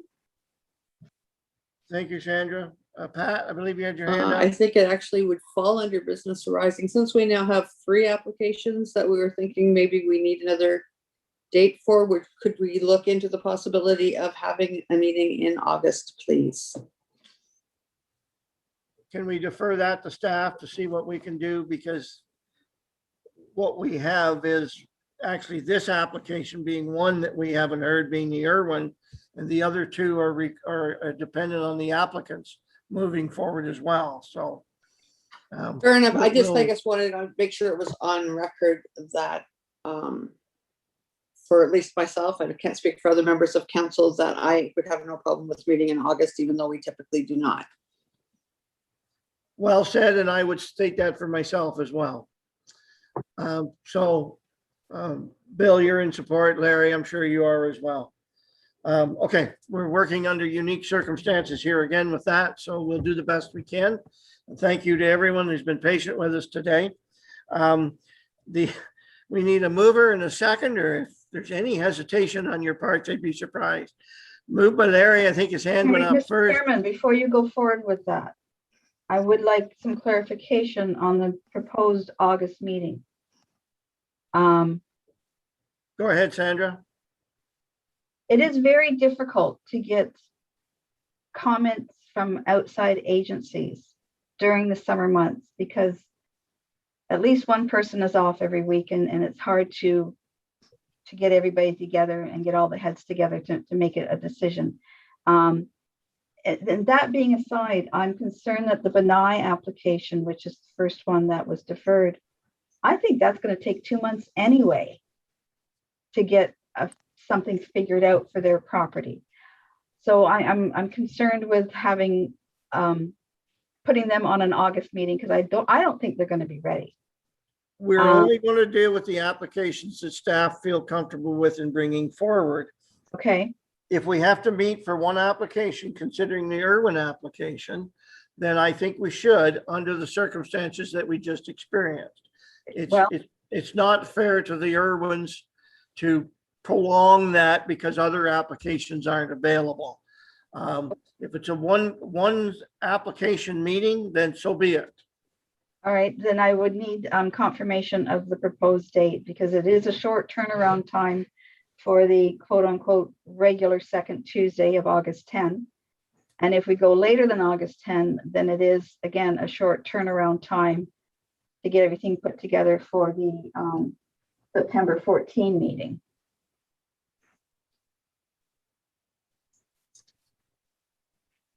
Throw a date out at us, Sandra. Are you talking August 10th or August 17th? What are you talking? Well, I think the 17th might be a little better. Then I can be sure that everything's gone out properly for the Irwin meeting, and it would give me the best time frame for a September 14 meeting. Is Bill, is Bob Clark still with us by chance? No, gone. Oh, he dropped off. Committee members, August 17th, reasonable from your calendars? Pat, your hands up. I have no problem with the 17th. I am assuming that everybody that was potentially being moved forward would involve a recirculation as well. Yes. So I can see where that can make it more complicated. And I'm sure this is assumed, but I'd like to state, I am only looking for applications that we have already dealt with as a deferral. I don't think we should be looking at new applications in August. Absolutely. Absolutely, Pat. Well stated again. Okay. So we'll move to August 17th. We'll recirculate. That'll give staff sufficient time. 3 applications only. If they're available to come forward. Yes, yes. Okay, we had a mover and a seconder for adjournment. All those in favor? Thank you. Adjourned. I have 5:21. Whoever's taking notes. I at missed this the moment. mover and seconder. I beg your pardon. Larry and Pat. Thank you. Okay, I'm calling this meeting over with a thank you to everybody. And yeah, just a thank you to everybody.